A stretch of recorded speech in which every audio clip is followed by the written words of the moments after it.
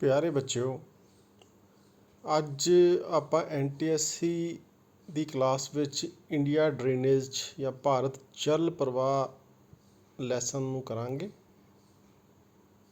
ਇਹ ਬੱਚਿਓ ਲੈਸਨ ਵੈਸੇ ਤਾਂ 9ਵੀਂ ਕਲਾਸ ਦਾ ਆ, ਪਰ 10ਵੀਂ ਦੇ ਵਿੱਚ ਵੀ ਬਹੁਤ ਯੂਜ਼ਫੁਲ ਹੈ, ਇਸ ਕਰਕੇ ਮੈਂ ਦੋਵੇਂ ਕਲਾਸਾਂ ਦਾ ਨਾਮ ਵਿੱਚ ਮੈਂਸ਼ਨ ਕੀਤਾ ਆ। ਹੁਣ ਸਭ ਤੋਂ ਪਹਿਲਾਂ ਆਪਾਂ ਇਹ ਦੇਖਾਂਗੇ ਕਿ ਜਲ ਪ੍ਰਵਾਹ ਕਹਿੰਦੇ ਕਿਹਨੂੰ ਆ। ਇੱਕ ਇਲਾਕੇ ਵਿੱਚ ਵਹਿਣ ਵਾਲੀਆਂ ਨਦੀਆਂ ਅਤੇ ਨਹਿਰਾਂ ਦੇ ਜਾਲ ਨੂੰ ਜਲ ਪ੍ਰਵਾਹ ਕਹਿੰਦੇ ਹਨ। ਯਾਨੀ ਆਪਾਂ ਕਿਸੇ ਵੀ ਇਲਾਕੇ ਦੀ ਗੱਲ ਕਰਨੀ, ਭਾਵੇਂ ਅਸੀਂ ਪੰਜਾਬ ਦੀ ਗੱਲ ਕਰਨੀ ਆ ਜਾਂ ਭਾਰਤ ਦੀ ਗੱਲ ਕਰਨੀ ਆ, ਤਾਂ ਉਸ ਇਲਾਕੇ ਵਿੱਚ ਜਿੰਨੀਆਂ ਵੀ ਨਦੀਆਂ ਨੇ, ਨਦੀਆਂ ਅਤੇ ਦਰਿਆਵਾਂ ਵਿੱਚ ਬੱਚਿਓ ਕੁਛ ਫਰਕ ਨਹੀਂ ਹੈਗਾ। ਹਿੰਦੀ ਵਿੱਚ ਨਦੀਆਂ ਕਹਿ ਦਿੰਦੇ, ਪੰਜਾਬੀ 'ਚ ਦਰਿਆ ਕਹਿ ਦਿੰਦੇ। ਅਤੇ ਨਹਿਰਾਂ ਕੀ ਹੁੰਦੀਆਂ? ਨਹਿਰਾਂ ਜੋ ਇਹਨਾਂ ਨਦੀਆਂ ਜਾਂ ਦਰਿਆਵਾਂ ਦੇ ਵਿੱਚੋਂ ਹੀ ਆਰਟੀਫਿਸ਼ੀਅਲ ਜਾਂ ਆਪ ਬਣਾਈਆਂ ਹੁੰਦੀਆਂ। ਇਹਨਾਂ ਨਦੀਆਂ ਵਿੱਚੋਂ ਨਹਿਰਾਂ ਬਣਾ ਕੇ ਅਸੀਂ ਉਸ ਪਾਣੀ ਨੂੰ ਉਸ ਏਰੀਏ ਦੇ ਵਿੱਚ ਲੈ ਕੇ ਜਾਂਦੇ ਹਾਂ ਜਿੱਥੇ ਪਾਣੀ ਦੀ ਕਮੀ ਆ। ਜਿਵੇਂ ਪੰਜਾਬ ਦੇ ਵਿੱਚ ਹਰੀਕੇ ਪੱਤਨ ਤੋਂ ਜਿਹੜੀ ਨਹਿਰ ਜਾਂਦੀ ਆ ਰਾਜਸਥਾਨ ਨੂੰ, ਕਿਉਂਕਿ ਰਾਜਸਥਾਨ 'ਚ ਪਾਣੀ ਦੀ ਕਮੀ ਰਹਿੰਦੀ ਹੈ ਅਤੇ ਉਹ ਬਹੁਤ ਲੰਮੀ ਨਹਿਰ ਹੈ, ਇੰਦਰਾ ਗਾਂਧੀ ਨਹਿਰ ਉਹਨੂੰ ਕਹਿੰਦੇ ਆ। ਤਾਂ ਉਹ ਜਿਹੜੀ ਆ ਆਪ ਬਣਾਈ ਗਈ ਆ।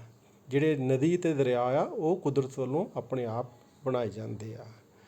ਅਤੇ ਜਲ ਪ੍ਰਵਾਹ ਸ਼ਬਦ ਜਿਹੜਾ ਹੈ ਹਿੰਦੀ ਦਾ ਸ਼ਬਦ ਹੈ, ਇਸ ਕਰਕੇ ਸਾਨੂੰ ਸੁਣਨ 'ਚ ਥੋੜ੍ਹਾ ਔਖਾ ਲੱਗਦਾ। ਪ੍ਰਵਾਹ ਦਾ ਮਤਲਬ ਇਹ ਲੈ ਕੇ ਚੱਲੋ ਤੁਸੀਂ ਵਗਣਾ, ਦਰਿਆਵਾਂ ਦੇ ਪਾਣੀ ਦਾ ਵਗਣਾ, ਕਿਉਂਕਿ ਪਾਣੀ ਨੇ ਕਿਸੇ ਨਾ ਕਿਸੇ ਪਾਸੇ ਨੂੰ ਜਾਣਾ ਹੁੰਦਾ ਅਤੇ ਪਾਣੀ ਹਮੇਸ਼ਾ ਉੱਧਰ ਨੂੰ ਜਾਂਦਾ ਆ ਜਿੱਧਰ ਨੂੰ ਢਲਾਣ ਹੁੰਦੀ ਹੈ। ਤਾਂ ਆਪਾਂ ਦੇਖਣਾ ਵੀ ਭਾਰਤ ਦੀ ਜਿਹੜੀਆਂ ਨਦੀਆਂ ਆ ਉਹਨਾਂ ਦਾ ਜਿਹੜਾ ਪਾਣੀ ਆ ਉਹਦਾ ਪ੍ਰਵਾਹ ਕਿੱਧਰ ਨੂੰ ਆ, ਉਹ ਕਿੱਧਰ ਨੂੰ ਵਗਦਾ ਆ। ਸਭ ਤੋਂ ਪਹਿਲਾਂ ਸ਼ਬਦ ਸਾਡੇ ਕੋਲ ਆਉਂਦਾ ਆ ਦੁਆਬ। ਦੇਖੋ, ਦੋ ਅਤੇ ਆਬ ਦਾ ਮਤਲਬ ਹੁੰਦਾ ਦਰਿਆ, ਯਾਨੀ ਦੋ ਦਰਿਆਵਾਂ ਵਿਚਕਾਰਲੀ ਧਰਤੀ। ਆਹ ਦੇਖੋ ਬੱਚਿਓ, ਇੱਕ ਦਰਿਆ ਜਿਹੜਾ ਆ ਦਰਿਆ ਆ, ਇੱਕ ਦਰਿਆ ਆ ਤੁਹਾਡੀ ਉਦਾਹਰਨ ਦੇ ਲਈ ਵਿੱਚ ਜਿਹੜਾ ਹੁਣ ਇਸ ਦਰਿਆ ਦੇ ਵਿੱਚ ਜਿਹੜਾ ਆਹ ਸਾਰਾ ਇਲਾਕਾ ਆ ਇਹਨੂੰ ਦੁਆਬ ਕਹਿੰਦੇ। ਇਹ ਤੁਸੀਂ ਯਾਦ ਰੱਖਿਓ, ਦੋ ਦਰਿਆ ਦੇ ਵਿਚਕਾਰ ਜਿਹੜੀ ਧਰਤੀ ਹੋਊਗੀ ਉਹਨੂੰ ਅਸੀਂ ਦੁਆਬ ਕਹਿੰਦੇ ਹਾਂ। ਕੁਛ ਟਰਮਸ ਹੈਗੀਆਂ ਜਿਹੜੀਆਂ ਸਾਨੂੰ ਜਾਣਨੀਆਂ ਜ਼ਰੂਰੀ ਆ। ਸੋ ਅੱਗੇ ਉਹ ਬੱਚਿਓ ਜਲ ਵਿਭਾਜਕ, ਵਾਟਰ ਡਿਵਾਈਡ, ਯਾਨੀ ਪਾਣੀ ਨੂੰ ਵੰਡਣਾ। ਇਹਦਾ ਮਤਲਬ ਇਹ ਲੈ ਕੇ ਚੱਲਦੇ ਹਾਂ ਆਪਾਂ। ਹੁਣ ਪਹਿਲਾ ਸ਼ਬਦ ਆ ਡਰੇਨੇਜ ਡਿਵਾਈਡ। ਠੀਕ ਹੈ, ਡਰੇਨੇਜ ਡਿਵਾਈਸ, ਇਹਨੂੰ ਪੰਜਾਬੀ 'ਚ ਆਪਾਂ ਜਲ ਵਿਭਾਜਕ ਕਹਿ ਦਿੰਦੇ ਹਾਂ। ਹੁਣ ਇਹਦੇ ਵਿੱਚ ਕੀ ਆ? ਪਾਣੀ ਜਿਹੜਾ ਆ ਉਹ ਵੰਡਿਆ ਜਾਂਦਾ। ਜਿਵੇਂ ਆ ਦੇਖੋ ਪਹਾੜ ਆ, ਪਹਾੜ ਤੋਂ ਪਾਣੀ ਇੱਧਰ ਨੂੰ ਜਾਂਦਾ, ਇੱਧਰ ਹੀ ਪਹਾੜ ਤੋਂ ਦੂਜੇ ਪਾਸੇ ਨੂੰ ਵੀ ਜਾ ਸਕਦਾ ਨਾ, ਇੱਦਾਂ ਇੱਧਰਲੇ ਪਾਸੇ ਵੀ ਜਾ ਸਕਦਾ, ਇੱਧਰ ਵੀ ਜਾ ਸਕਦਾ। ਇਹਨੂੰ ਅਸੀਂ ਡਰੇਨੇਜ ਡਿਵਾਈਡ ਕਹਿੰਦੇ। ਹੁਣ ਸਪਰਿੰਗ ਸ਼ਬਦ ਹੈਗਾ ਇੱਕ। ਸਪਰਿੰਗ ਦਾ ਮਤਲਬ ਹੁੰਦਾ ਝਰਨਾ। ਤੁਸੀਂ ਦੇਖਿਆ ਹੋਣਾ ਪਹਾੜਾਂ ਦੇ ਵਿੱਚ, ਜਿਵੇਂ ਮਸੂਰੀ ਦੇ ਵਿੱਚ ਕੈਂਪਟੀ ਫਾਲ ਆ, ਠੀਕ ਹੈ, ਜਾਂ ਅਮੈਰੀਕਾ ਦੇ ਵਿੱਚ ਨਿਆਗਰਾ ਫਾਲ ਜਿਹੜਾ ਸਭ ਤੋਂ ਵੱਡਾ ਝਰਨਾ ਮੰਨਿਆ ਜਾਂਦਾ। ਤੁਸੀਂ ਉਹਨੂੰ YouTube 'ਤੇ ਜਾਂ ਗੂਗਲ ਦੇ ਉੱਤੇ ਸਰਚ ਕਰ ਸਕਦੇ ਹੋ। ਤਾਂ ਇਹ ਝਰਨੇ ਦੇ ਵਿੱਚੋਂ ਪਾਣੀ ਹਮੇਸ਼ਾ ਥੱਲੇ ਨੂੰ ਡਿੱਗਦਾ। ਠੀਕ ਹੈ। ਤੀਸਰੀ ਗੱਲ ਹੈ ਟ੍ਰਿਬਿਊਟਰੀ। ਟ੍ਰਿਬਿਊਟਰੀ ਸ਼ਬਦ ਜਿਹੜਾ ਆ ਉਹਦਾ ਮਤਲਬ ਇਹ ਹੈਗਾ ਵੀ ਜਿਵੇਂ ਆਹ ਥੱਲੇ ਮੇਨ ਦਰਿਆ ਆ ਨਾ, ਇਹਦੇ ਵਿੱਚ ਇੱਕ ਛੋਟੀ ਨਦੀ ਕਹਿ ਸਕਦੇ ਹਾਂ ਜਾਂ ਝਰਨਿਆਂ ਦੁਆਰਾ ਬਣਾਈ ਗਈ ਇੱਕ ਨਾਲਾ ਕਹਿ ਸਕਦੇ ਹਾਂ, ਇਹਨੂੰ ਆਪਾਂ ਟ੍ਰਿਬਿਊਟਰੀ ਕਹਿੰਦੇ। ਇਹਦੇ ਵਿੱਚੋਂ ਪਾਣੀ ਮੇਨ ਨਦੀ ਦੇ ਵਿੱਚ ਜਾਂਦਾ, ਉਹਨੂੰ ਟ੍ਰਿਬਿਊਟਰੀ। ਇੱਕ ਹੁੰਦਾ ਡਿਸਟਰੀਬਿਊਟਰੀ, ਉਹ ਵਿੱਚ ਨਹੀਂ ਹੈਗਾ। ਉਹਦਾ ਮਤਲਬ ਇਹ ਹੈਗਾ ਵੀ ਜਿਹੜੀ ਆ ਜਿਵੇਂ ਮੇਨ ਦਰਿਆ ਆ ਇਹਦੇ ਵਿੱਚੋਂ ਪਾਣੀ ਜੇਕਰ ਬਾਹਰ ਨੂੰ ਜਾਂਦਾ ਹੋਵੇ ਉਹਨੂੰ ਆਪਾਂ ਡਿਸਟਰੀਬਿਊਟਰੀ ਕਹਿੰਦੇ ਹਾਂ। ਠੀਕ ਹੈ। ਅੱਗੇ ਵਰਡ ਹੈਗਾ ਕੌਨਫਲੂਐਂਸ। ਕੌਨਫਲੂਐਂਸ ਆਪਾਂ ਪੰਜਾਬੀ 'ਚ ਇਹਨੂੰ ਸੰਗਮ ਕਹਿ ਦਿੰਦੇ ਹਾਂ। ਸੰਗਮ ਦਾ ਮਤਲਬ ਕੀ ਆ? ਜਿਵੇਂ ਇੱਕ ਦਰਿਆ ਇੱਧਰੋਂ ਆਉਂਦਾ, ਇੱਕ ਦਰਿਆ ਇੱਧਰੋਂ ਆਉਂਦਾ, ਠੀਕ ਹੈ ਨਾ, ਜਾਂ ਹੋਰ ਵੀ ਕੋਈ ਦਰਿਆ ਹੋ ਸਕਦਾ। ਦੋ ਜਾਂ ਦੋ ਤੋਂ ਵੱਧ ਦਰਿਆ ਜਦੋਂ ਇੱਕ ਥਾਂ 'ਤੇ ਮਿਲਦੇ ਉਹਨੂੰ ਕੌਨਫਲੂਐਂਸ ਕਹਿੰਦੇ। ਜਿਵੇਂ ਹਰੀਕੇ ਵਿਖੇ ਬਿਆਸ ਅਤੇ ਸਤਲੁਜ ਮਿਲਦੇ ਆ ਪੰਜਾਬ ਦੇ ਵਿੱਚ, ਉਹਨੂੰ ਵੀ ਅਸੀਂ ਕੌਨਫਲੂਐਂਸ ਕਹਿੰਦੇ ਹਾਂ। ਤਾਂ ਬੱਚੋ ਡੇਲਟਾ ਕੀ ਆ? ਡੇਲਟਾ ਤਾਂ ਅਕਸਰ ਆਪਾਂ ਪੜ੍ਹਿਆ ਹੈ। ਹੁਣ ਆਹ ਦੇਖੋ ਨਦੀ ਆ ਰਹੀ ਹੈ ਨਾ, ਸਾਰੇ ਪਾਸਿਓਂ ਪਾਣੀ ਇੱਦਾਂ ਇਕੱਠਾ ਕਰਕੇ ਇੱਥੇ ਅੱਗੇ ਸਮੁੰਦਰ ਆ ਗਿਆ। ਹੁਣ ਸਮੁੰਦਰ 'ਚ ਪਹੁੰਚਣ ਤੋਂ ਪਹਿਲਾਂ ਨਦੀ ਇੱਦਾਂ ਕਈ ਭਾਗਾਂ ਵਿੱਚ ਵੰਡੀ ਜਾਂਦੀ ਆ, ਉਹਨੂੰ ਅਸੀਂ ਕਹਿੰਦੇ ਡੇਲਟਾ। ਯਾਨੀ ਉਹਦੇ ਵਿੱਚ ਨਦੀ ਜਿਹੜੀ ਲਿਆਂਦੀ ਮਿੱਟੀ ਆ ਪਿੱਛੋਂ, ਦੇਖੋ ਆਹ ਪਹਾੜਾਂ ਦੇ ਵਿੱਚੋਂ ਨਾਲ ਮਿੱਟੀ ਆਊਗੀ, ਆਹ ਮਿੱਟੀ ਜਿਹੜੀ ਉਹਨੇ ਇੱਥੇ ਇਕੱਠੀ ਕਰੀ ਜਾਣੀ ਆ, ਉਹਨੂੰ ਅਸੀਂ ਡੇਲਟਾ ਕਹਿੰਦੇ ਹਾਂ। ਤਾਂ ਇਹ ਵਰਡ ਜਿਹੜੇ ਆ ਵਾਟਰ ਡਿਵਾਈਡ 'ਚ ਆਉਂਦੇ ਆ। ਅਗਲੀ ਗੱਲ ਆ ਅਪਰਵਾਹ ਖੇਤਰ, ਡਰੇਨੇਜ ਬੇਸਨ। ਹੁਣ ਜੇ ਦੇਖੋ ਇਹ 'ਚ ਵੀ ਟ੍ਰਿਬਿਊਟਰੀ ਦੀ ਗੱਲ ਕਰਦੀ। ਟ੍ਰਿਬਿਊਟਰੀ ਦਾ ਮਤਲਬ ਆ ਵੀ ਆਹ ਦੇਖੋ ਆ ਸਾਰੀਆਂ ਪਹਾੜਾਂ ਦੇ ਵਿੱਚੋਂ, ਕਿਉਂਕਿ ਇੱਥੇ ਬਰਫ਼ ਪਈ ਹੁੰਦੀ ਉੱਪਰਲੇ ਪਾਸੇ ਵਿੱਚੋਂ, ਤਾਂ ਬਰਫ਼ ਜਿਹੜੀ ਸਾਰੀ ਪਹਾੜ ਦੇ ਉੱਤੇ ਹੁੰਦੀ ਉੱਪਰਲੇ ਪਾਸੇ, ਅਤੇ ਥੋੜ੍ਹੀ ਥੋੜ੍ਹੀ ਪਿਘਲ ਕੇ ਜਿਹੜੀ ਨੀਵੀਂ ਥਾਂ ਆਉਂਦੀ ਉੱਥੋਂ ਨਾਲੇ ਜਿਹੇ ਟਾਈਪ 'ਤੇ ਹੋ ਕੇ ਥੱਲੇ ਮੁੱਖ ਜਿਹੜਾ ਦਰਿਆ ਆ ਉਹਦੇ ਵਿੱਚ ਜਾਂਦੀ ਆ। ਠੀਕ ਹੈ ਜੀ। ਆਹ ਡਰੇਨੇਜ ਡਿਵਾਈਡ ਆ ਪਹਾੜ ਆ, ਇਹ 'ਚੋਂ ਇੱਧਰ ਨੂੰ ਵੀ ਪਾਣੀ ਆਉਂਦਾ, ਇੱਧਰ ਨੂੰ ਵੀ ਪਾਣੀ ਆਉਂਦਾ, ਜਿਹੜਾ ਆਪਾਂ ਪਿੱਛੇ ਪੜ੍ਹਿਆ ਨਾ ਜਲ ਵਿਭਾਜਕ। ਠੀਕ ਹੈ। ਹੁਣ drainage basin, stream to stream ਹੁੰਦਾ ਝਰਨਾ ਨਾ, ਸਟੀਮ 1 ਅਤੇ 2 ਆ, ਦੋ ਉਦਾਹਰਨਾਂ ਦਿੱਤੀਆਂ ਹੋਈਆਂ ਡਰੇਨੇਜ ਬੇਸਨ ਦੀਆਂ। ਠੀਕ ਹੈ ਨਾ। ਆਹ ਸਾਰਾ ਡਰੇਨੇਜ ਬੇਸਨ ਹੈਗਾ, ਇੱਧਰ ਹੈਗਾ ਆਹ ਡਰੇਨੇਜ ਬੇਸਨ ਹੈਗਾ। ਅੱਗੇ ਆ ਜੀ ਜਲ ਨਿਕਾਸ ਸਰੂਪ, ਡਰੇਨੇਜ ਪੈਟਰਨ ਯਾਨੀ ਇੱਕ ਢੰਗ ਹੁੰਦਾ ਆ। ਜਿਵੇਂ ਆਪਾਂ ਕਹਿੰਦੇ ਵੀ ਸਾਡੇ ਸਿਲੇਬਸ ਦਾ ਕੀ ਪੈਟਰਨ ਹੈਗਾ, ਯਾਨੀ ਸਾਡੇ ਸਿਲੇਬਸ ਦੇ ਵਿੱਚ ਕੀ ਕੁਛ ਆਉਣਾ ਆ ਨਾ, ਇੱਦਾਂ ਹੀ ਜਿਹੜਾ ਧਰਤੀ ਦਾ ਜਿਹੜਾ ਪਾਣੀ ਆ ਉਹ ਜਦੋਂ ਆਉਂਦਾ ਆ ਅਤੇ ਉਹ ਕਿੱਥੇ ਜਾ ਕੇ ਸਮਾਪਤ ਹੁੰਦਾ, ਅਤੇ ਉਹਦਾ ਕਿਹੜਾ ਰੰਗ, ਕਿਹੜਾ ਰੂਪ ਰੰਗ ਜਾਂ ਕਿਹੜਾ ਢਾਂਚਾ ਬਣਦਾ, ਉਹਨੂੰ ਅਸੀਂ ਡਰੇਨੇਜ ਪੈਟਰਨ ਕਹਿੰਦੇ ਹਾਂ। ਧਰਤੀ ਦੇ ਕਿਸੇ ਵੀ ਹਿੱਸੇ ਉੱਤੇ ਵਹਿੰਦਾ ਪਾਣੀ ਕਈ ਵੱਖ-ਵੱਖ ਸਰੂਪ ਬਣਾਉਂਦਾ ਹੈ, ਜੋ ਜਲ ਨਿਕਾਸ ਸਰੂਪ ਕਹਿਲਾਉਂਦੇ ਹਨ। ਰੂਪ ਲਿਖਿਆ, ਇਹ ਸਰੂਪ ਆ, ਸੱਸਾ ਨਾਲ ਪਾ ਲਿਓ ਬੱਚਿਓ, ਮਿਸ ਹੋ ਗਿਆ। ਨੈਕਸਟ ਦੇਖਦੇ ਹਾਂ ਵੀ ਜਲ ਨਿਕਾਸ ਜਿਹੜੇ ਸਰੂਪ ਆ ਉਹ ਕਿਹੜੇ ਕਿਹੜੇ ਹੈਗੇ ਆ। ਹੁਣ ਦੇਖੋ, ਪਹਿਲਾ ਜਲ ਨਿਕਾਸ ਸਰੂਪ ਹੈ ਡੰਡੀਦਾਰ ਪ੍ਰਵਾਹ। ਡੰਡੀ ਤੁਹਾਡੇ ਲਈ ਕੋਈ ਔਖਾ ਵਰਡ ਨਹੀਂ ਹੈਗਾ। ਡੰਡੀ ਆਪਾਂ ਆਮ ਤੌਰ 'ਤੇ ਡੰਡੀ ਕਿਹਨੂੰ ਕਹਿੰਦੇ ਪੰਜਾਬੀ ਦੇ ਵਿੱਚ? ਟਹਿਣੀਆਂ ਜਿਹੜੀਆਂ ਦਰਖਤਾਂ ਦੀਆਂ ਆ ਉਹਨੂੰ ਅਸੀਂ ਡੰਡੀ ਕਹਿੰਦੇ ਹਾਂ। ਠੀਕ ਹੈ ਨਾ। ਇਹਦੇ 'ਚ ਕੋਈ ਔਖਾ ਕੰਮ ਨਹੀਂ ਹੈਗਾ। ਡੰਡੀ ਮਤਲਬ ਹੁੰਦਾ ਕੋਈ ਜਿਵੇਂ ਪੇੜ ਪੌਦੇ ਹੈਗੇ ਆ ਉਹਨਾਂ ਦੀਆਂ ਟਹਿਣੀਆਂ ਜਿਹੜੀਆਂ, ਉਹਨੂੰ ਡੰਡੀ ਕਹਿੰਦੇ ਆ। ਉਹਦੇ ਤੋਂ ਹੀ ਬਣਿਆ ਹੋਇਆ, ਤੁਸੀਂ ਦੇਖੋਗੇ ਐਂ ਲੱਗਦਾ ਨਾ ਜਿਵੇਂ ਦਰਖਤ ਆ। ਠੀਕ ਹੈ ਨਾ। ਦਰਖਤ ਦੀਆਂ ਟਾਹਣੀਆਂ ਆ, ਇਹਨੂੰ ਇਹ ਡੰਡੀਦਾਰ ਪੈਟਰਨ ਕਹਿੰਦੇ ਨਾ। ਆਮ ਤੌਰ 'ਤੇ ਜਿਹੜੀ ਸਾਡੀ ਗੰਗਾ ਅਤੇ ਬ੍ਰਹਮਪੁੱਤਰ ਦੀਆਂ ਨਦੀਆਂ ਉਹ ਇੱਦਾਂ ਦਾ ਸਰੂਪ ਬਣਾਉਂਦੀਆਂ, ਅੱਗੇ ਆਪਾਂ ਦੇਖਾਂਗੇ। ਅਗਲਾ ਹੈਗਾ ਜੀ ਸਮਾਨਾਂਤਰ ਅਪਰਵਾਹ, ਯਾਨੀ ਪੈਰਲਲ ਪੈਟਰਨ। ਜਿਹੜੇ ਸਾਡੀ ਪੱਛਮੀ ਘਾਟ ਦੀਆਂ ਨਦੀਆਂ, ਪੂਰਬੀ ਘਾਟ, ਪੱਛਮੀ ਘਾਟ ਆਪਾਂ ਪੜ੍ਹਿਆ ਆ, ਜਿਹੜਾ ਪਿਛਲਾ ਸਾਡਾ ਲੈਕਚਰ ਸੀਗਾ ਫਿਜ਼ੀਕਲ ਫੀਚਰਸ ਆਫ ਇੰਡੀਆ, ਉਹਦੇ ਵਿੱਚ ਆਪਾਂ ਪੜ੍ਹਿਆ ਪੱਛਮੀ ਘਾਟ ਦੀਆਂ ਜਿਹੜੀਆਂ ਨਦੀਆਂ ਹੈਗੀਆਂ ਉਹ ਪੈਰਲਲ ਪੈਟਰਨ ਬਣਾਉਂਦੀਆਂ ਆ। ਜਿਵੇਂ ਗੋਦਾਵਰੀ, ਕ੍ਰਿਸ਼ਨਾ, ਕਾਵੇਰੀ, ਇਹ ਨਦੀਆਂ ਜਿਹੜੀਆਂ ਹੈਗੀਆਂ ਇਸ ਪੈਟਰਨ ਦੇ ਰਾਹੀਂ ਚੱਲ ਕੇ ਆਪਣੇ ਪਾਣੀ ਨੂੰ ਬੰਗਾਲ ਦੀ ਖਾੜੀ ਦੇ ਵਿੱਚ ਸਮਾਪਤ ਕਰਦੀਆਂ। ਫਿਰ ਅੱਗੇ ਜਾਲੀਨੁਮਾ ਪ੍ਰਵਾਹ। ਜਾਲੀਨੁਮਾ ਪ੍ਰਵਾਹ ਦੇਖੋ, ਆਹ ਮੇਨ ਵਿੱਚ ਇੱਕ ਨਦੀ ਹੈਗੀ ਆ। ਅੱਗੇ ਜਿਵੇਂ ਜਾਲੀਆਂ ਹੁੰਦੀਆਂ ਨਾ ਆਪਣੇ ਘਰ ਦੀਆਂ ਜਾਲੀਆਂ, ਇੱਦਾਂ ਨਿੱਕੇ ਨਿੱਕੇ ਜਿਹੇ ਉਹ ਇਹਨੇ ਆਪਣੀ ਡਿਸਟਰੀਬਿਊਟਰੀਆਂ ਕੱਢੀਆਂ ਹੋਈਆਂ, ਯਾਨੀ ਇਹਦੇ ਵਿੱਚੋਂ ਪਾਣੀ ਬਾਹਰ ਨੂੰ ਜਾਂਦਾ ਹੈ ਨਾ, ਕਿਤੇ ਕਿਤੇ ਸਮਾਪਤ ਹੋ ਜਾਂਦਾ, ਕਿਤੇ ਘੁੰਮ ਕੇ ਅੱਗੇ ਕਿਸੇ ਹੋਰ ਦਰਿਆ ਦੇ ਵਿੱਚ ਜਾ ਕੇ ਰਲਦਾ ਹੈ। ਔਰ ਇਹ ਜਿਹੜੀਆਂ ਨਦੀਆਂ, ਛੋਟਾ ਨਾਗਪੁਰ ਦਾ ਪਠਾਰ ਆ, ਜਿਹੜਾ ਮੱਧ ਭਾਰਤ ਦਾ ਪਠਾਰ ਆਪਾਂ ਪੜ੍ਹਿਆ ਸੀਗਾ ਪਿਛਲੇ ਲੈਕਚਰ ਦੇ ਵਿੱਚ, ਉਹਦੇ ਵਿੱਚ ਹੀ ਛੋਟਾ ਨਾਗਪੁਰ ਦਾ ਪਠਾਰ ਆਉਂਦਾ, ਉਹਦੇ ਵਿੱਚ ਇਹ ਨਦੀਆਂ ਮਿਲਦੀਆਂ ਆ। ਤਾਂ ਅੱਗੇ ਬੱਚੇ ਚੱਕਰੀ ਅਪਰਵਾਹ ਆ, ਰੇਡੀਅਲ ਪੈਟਰਨ, ਚੱਕਰ ਦੇ ਰੂਪ ਦੇ ਵਿੱਚ ਆ। ਦੇਖੋ ਆਹ ਪਹਾੜ ਹੈ ਉੱਪਰ, ਠੀਕ ਹੈ। ਇੱਥੇ ਜੇ ਬਰਫ਼ ਜੰਮੀ ਆ ਤਾਂ ਉਹ ਇੱਧਰੋਂ ਵੀ ਪਾਣੀ ਨਿਕਲਦਾ, ਇੱਧਰੋਂ ਹੀ ਜੋ ਪਿਘਲਦੀ, ਇੱਧਰੋਂ ਵੀ ਚਾਰੇ ਪਾਸਿਓਂ ਜਿਹੜਾ ਆ ਉਹ ਪਾਣੀ ਹੇਠਾਂ ਨੂੰ ਆਉਂਦਾ ਆ। ਤਾਂ ਉਹਨੂੰ ਅਸੀਂ ਚੱਕਰੀ ਅਪਰਵਾਹ ਕਹਿੰਦੇ ਹਾਂ। ਇਹਦੇ ਵਿੱਚ ਨਰਮਦਾ, ਸੋਨ, ਮਹਾਨਦੀ ਅਤੇ ਅਮਰਕੰਟਕ ਪਹਾੜ ਹੈਗਾ ਇੱਕ ਸਤਪੁੜੇ ਦੀਆਂ ਪਹਾੜੀਆਂ ਦੇ ਕੋਲ, ਉਹਦੇ ਵਿੱਚੋਂ ਇਹ ਜਿਹੜੀਆਂ ਉਦਾਹਰਨਾਂ ਸਾਨੂੰ ਬਹੁਤ ਸਾਰੀਆਂ ਮਿਲ ਸਕਦੀਆਂ ਆ ਚੱਕਰੀ ਅਪਰਵਾਹ ਦੀਆਂ। ਤਾਂ ਕੁਛ ਹੋਰ ਵੀ ਹੈਗੇ, ਮੇਨ ਬੱਚੋ 4 ਹੈਗੇ ਆ, ਕੁਛ ਹੋਰ ਵੀ ਇਹਨਾਂ ਦਾ ਤੁਹਾਨੂੰ ਦੱਸ ਦਿੰਦੇ ਹਾਂ। ਆਯਾਤਕਾਰ ਪ੍ਰਵਾਹ, ਰੈਕਟੈਂਗੂਲਰ ਪੈਟਰਨ। ਇਹਦੇ ਵਿੱਚ ਦੇਖੋ ਕੀ ਆ, ਕੋਈ ਨਦੀ ਚੱਲਦੀ ਆ ਅਤੇ ਉਹ ਜਦੋਂ ਮੁੜਦੀ ਆ ਅਤੇ ਬਿਲਕੁਲ ਸਿੱਧੀ 90 ਡਿਗਰੀ 'ਤੇ ਜਾਂਦੀ, ਇੱਦਾਂ ਸਿੱਧੀ ਜਾਂਦੀ ਆ। ਇਹ ਕਿਉਂ ਹੁੰਦੀ ਹੈ? ਕਿਉਂਕਿ ਥੱਲੇ ਵਾਲਾ ਜਿਹੜਾ ਆਹ ਸਾਡੀ ਜਿਹੜੀ ਧਰਤੀ ਆ ਇਹ ਬਹੁਤ ਹਾਰਡ ਰੌਕ ਦੀ ਬਣੀ ਹੋਈ ਹੈ, ਸਖਤ ਚੱਟਾਨ ਦੀ ਬਣੀ ਹੋਈ ਹੈ। ਸਖਤ ਚੱਟਾਨ ਦੀ ਬਣੀ ਹੋਈ ਹੋਣ ਕਰਕੇ ਇਹ ਜਿਹੜੀਆਂ ਨਦੀਆਂ ਨੂੰ ਬਹੁਤੀ ਜਗ੍ਹਾ ਨਹੀਂ ਦਿੰਦੀਆਂ। ਤਾਂ ਨਦੀ ਜਿੱਧਰ ਨੂੰ ਜਾਂਦੀ ਹੈ ਤਾਂ ਉਹ ਕੱਟਦੀ ਨਹੀਂ ਗੀ। ਆਮ ਤੌਰ 'ਤੇ ਨਦੀ ਕੀ ਹੈ, ਜਿਹੜੀ ਆ ਨਰਮ ਮਿੱਟੀ ਨੂੰ ਕੱਟਦੀ ਹੋਈ ਆਪਣਾ ਰੂਪ ਰੰਗ ਇੱਦਾਂ ਵਿੰਗਾ ਟੇਢਾ ਬਣਾਉਂਦੀ ਜਾਂਦੀ ਹੈ।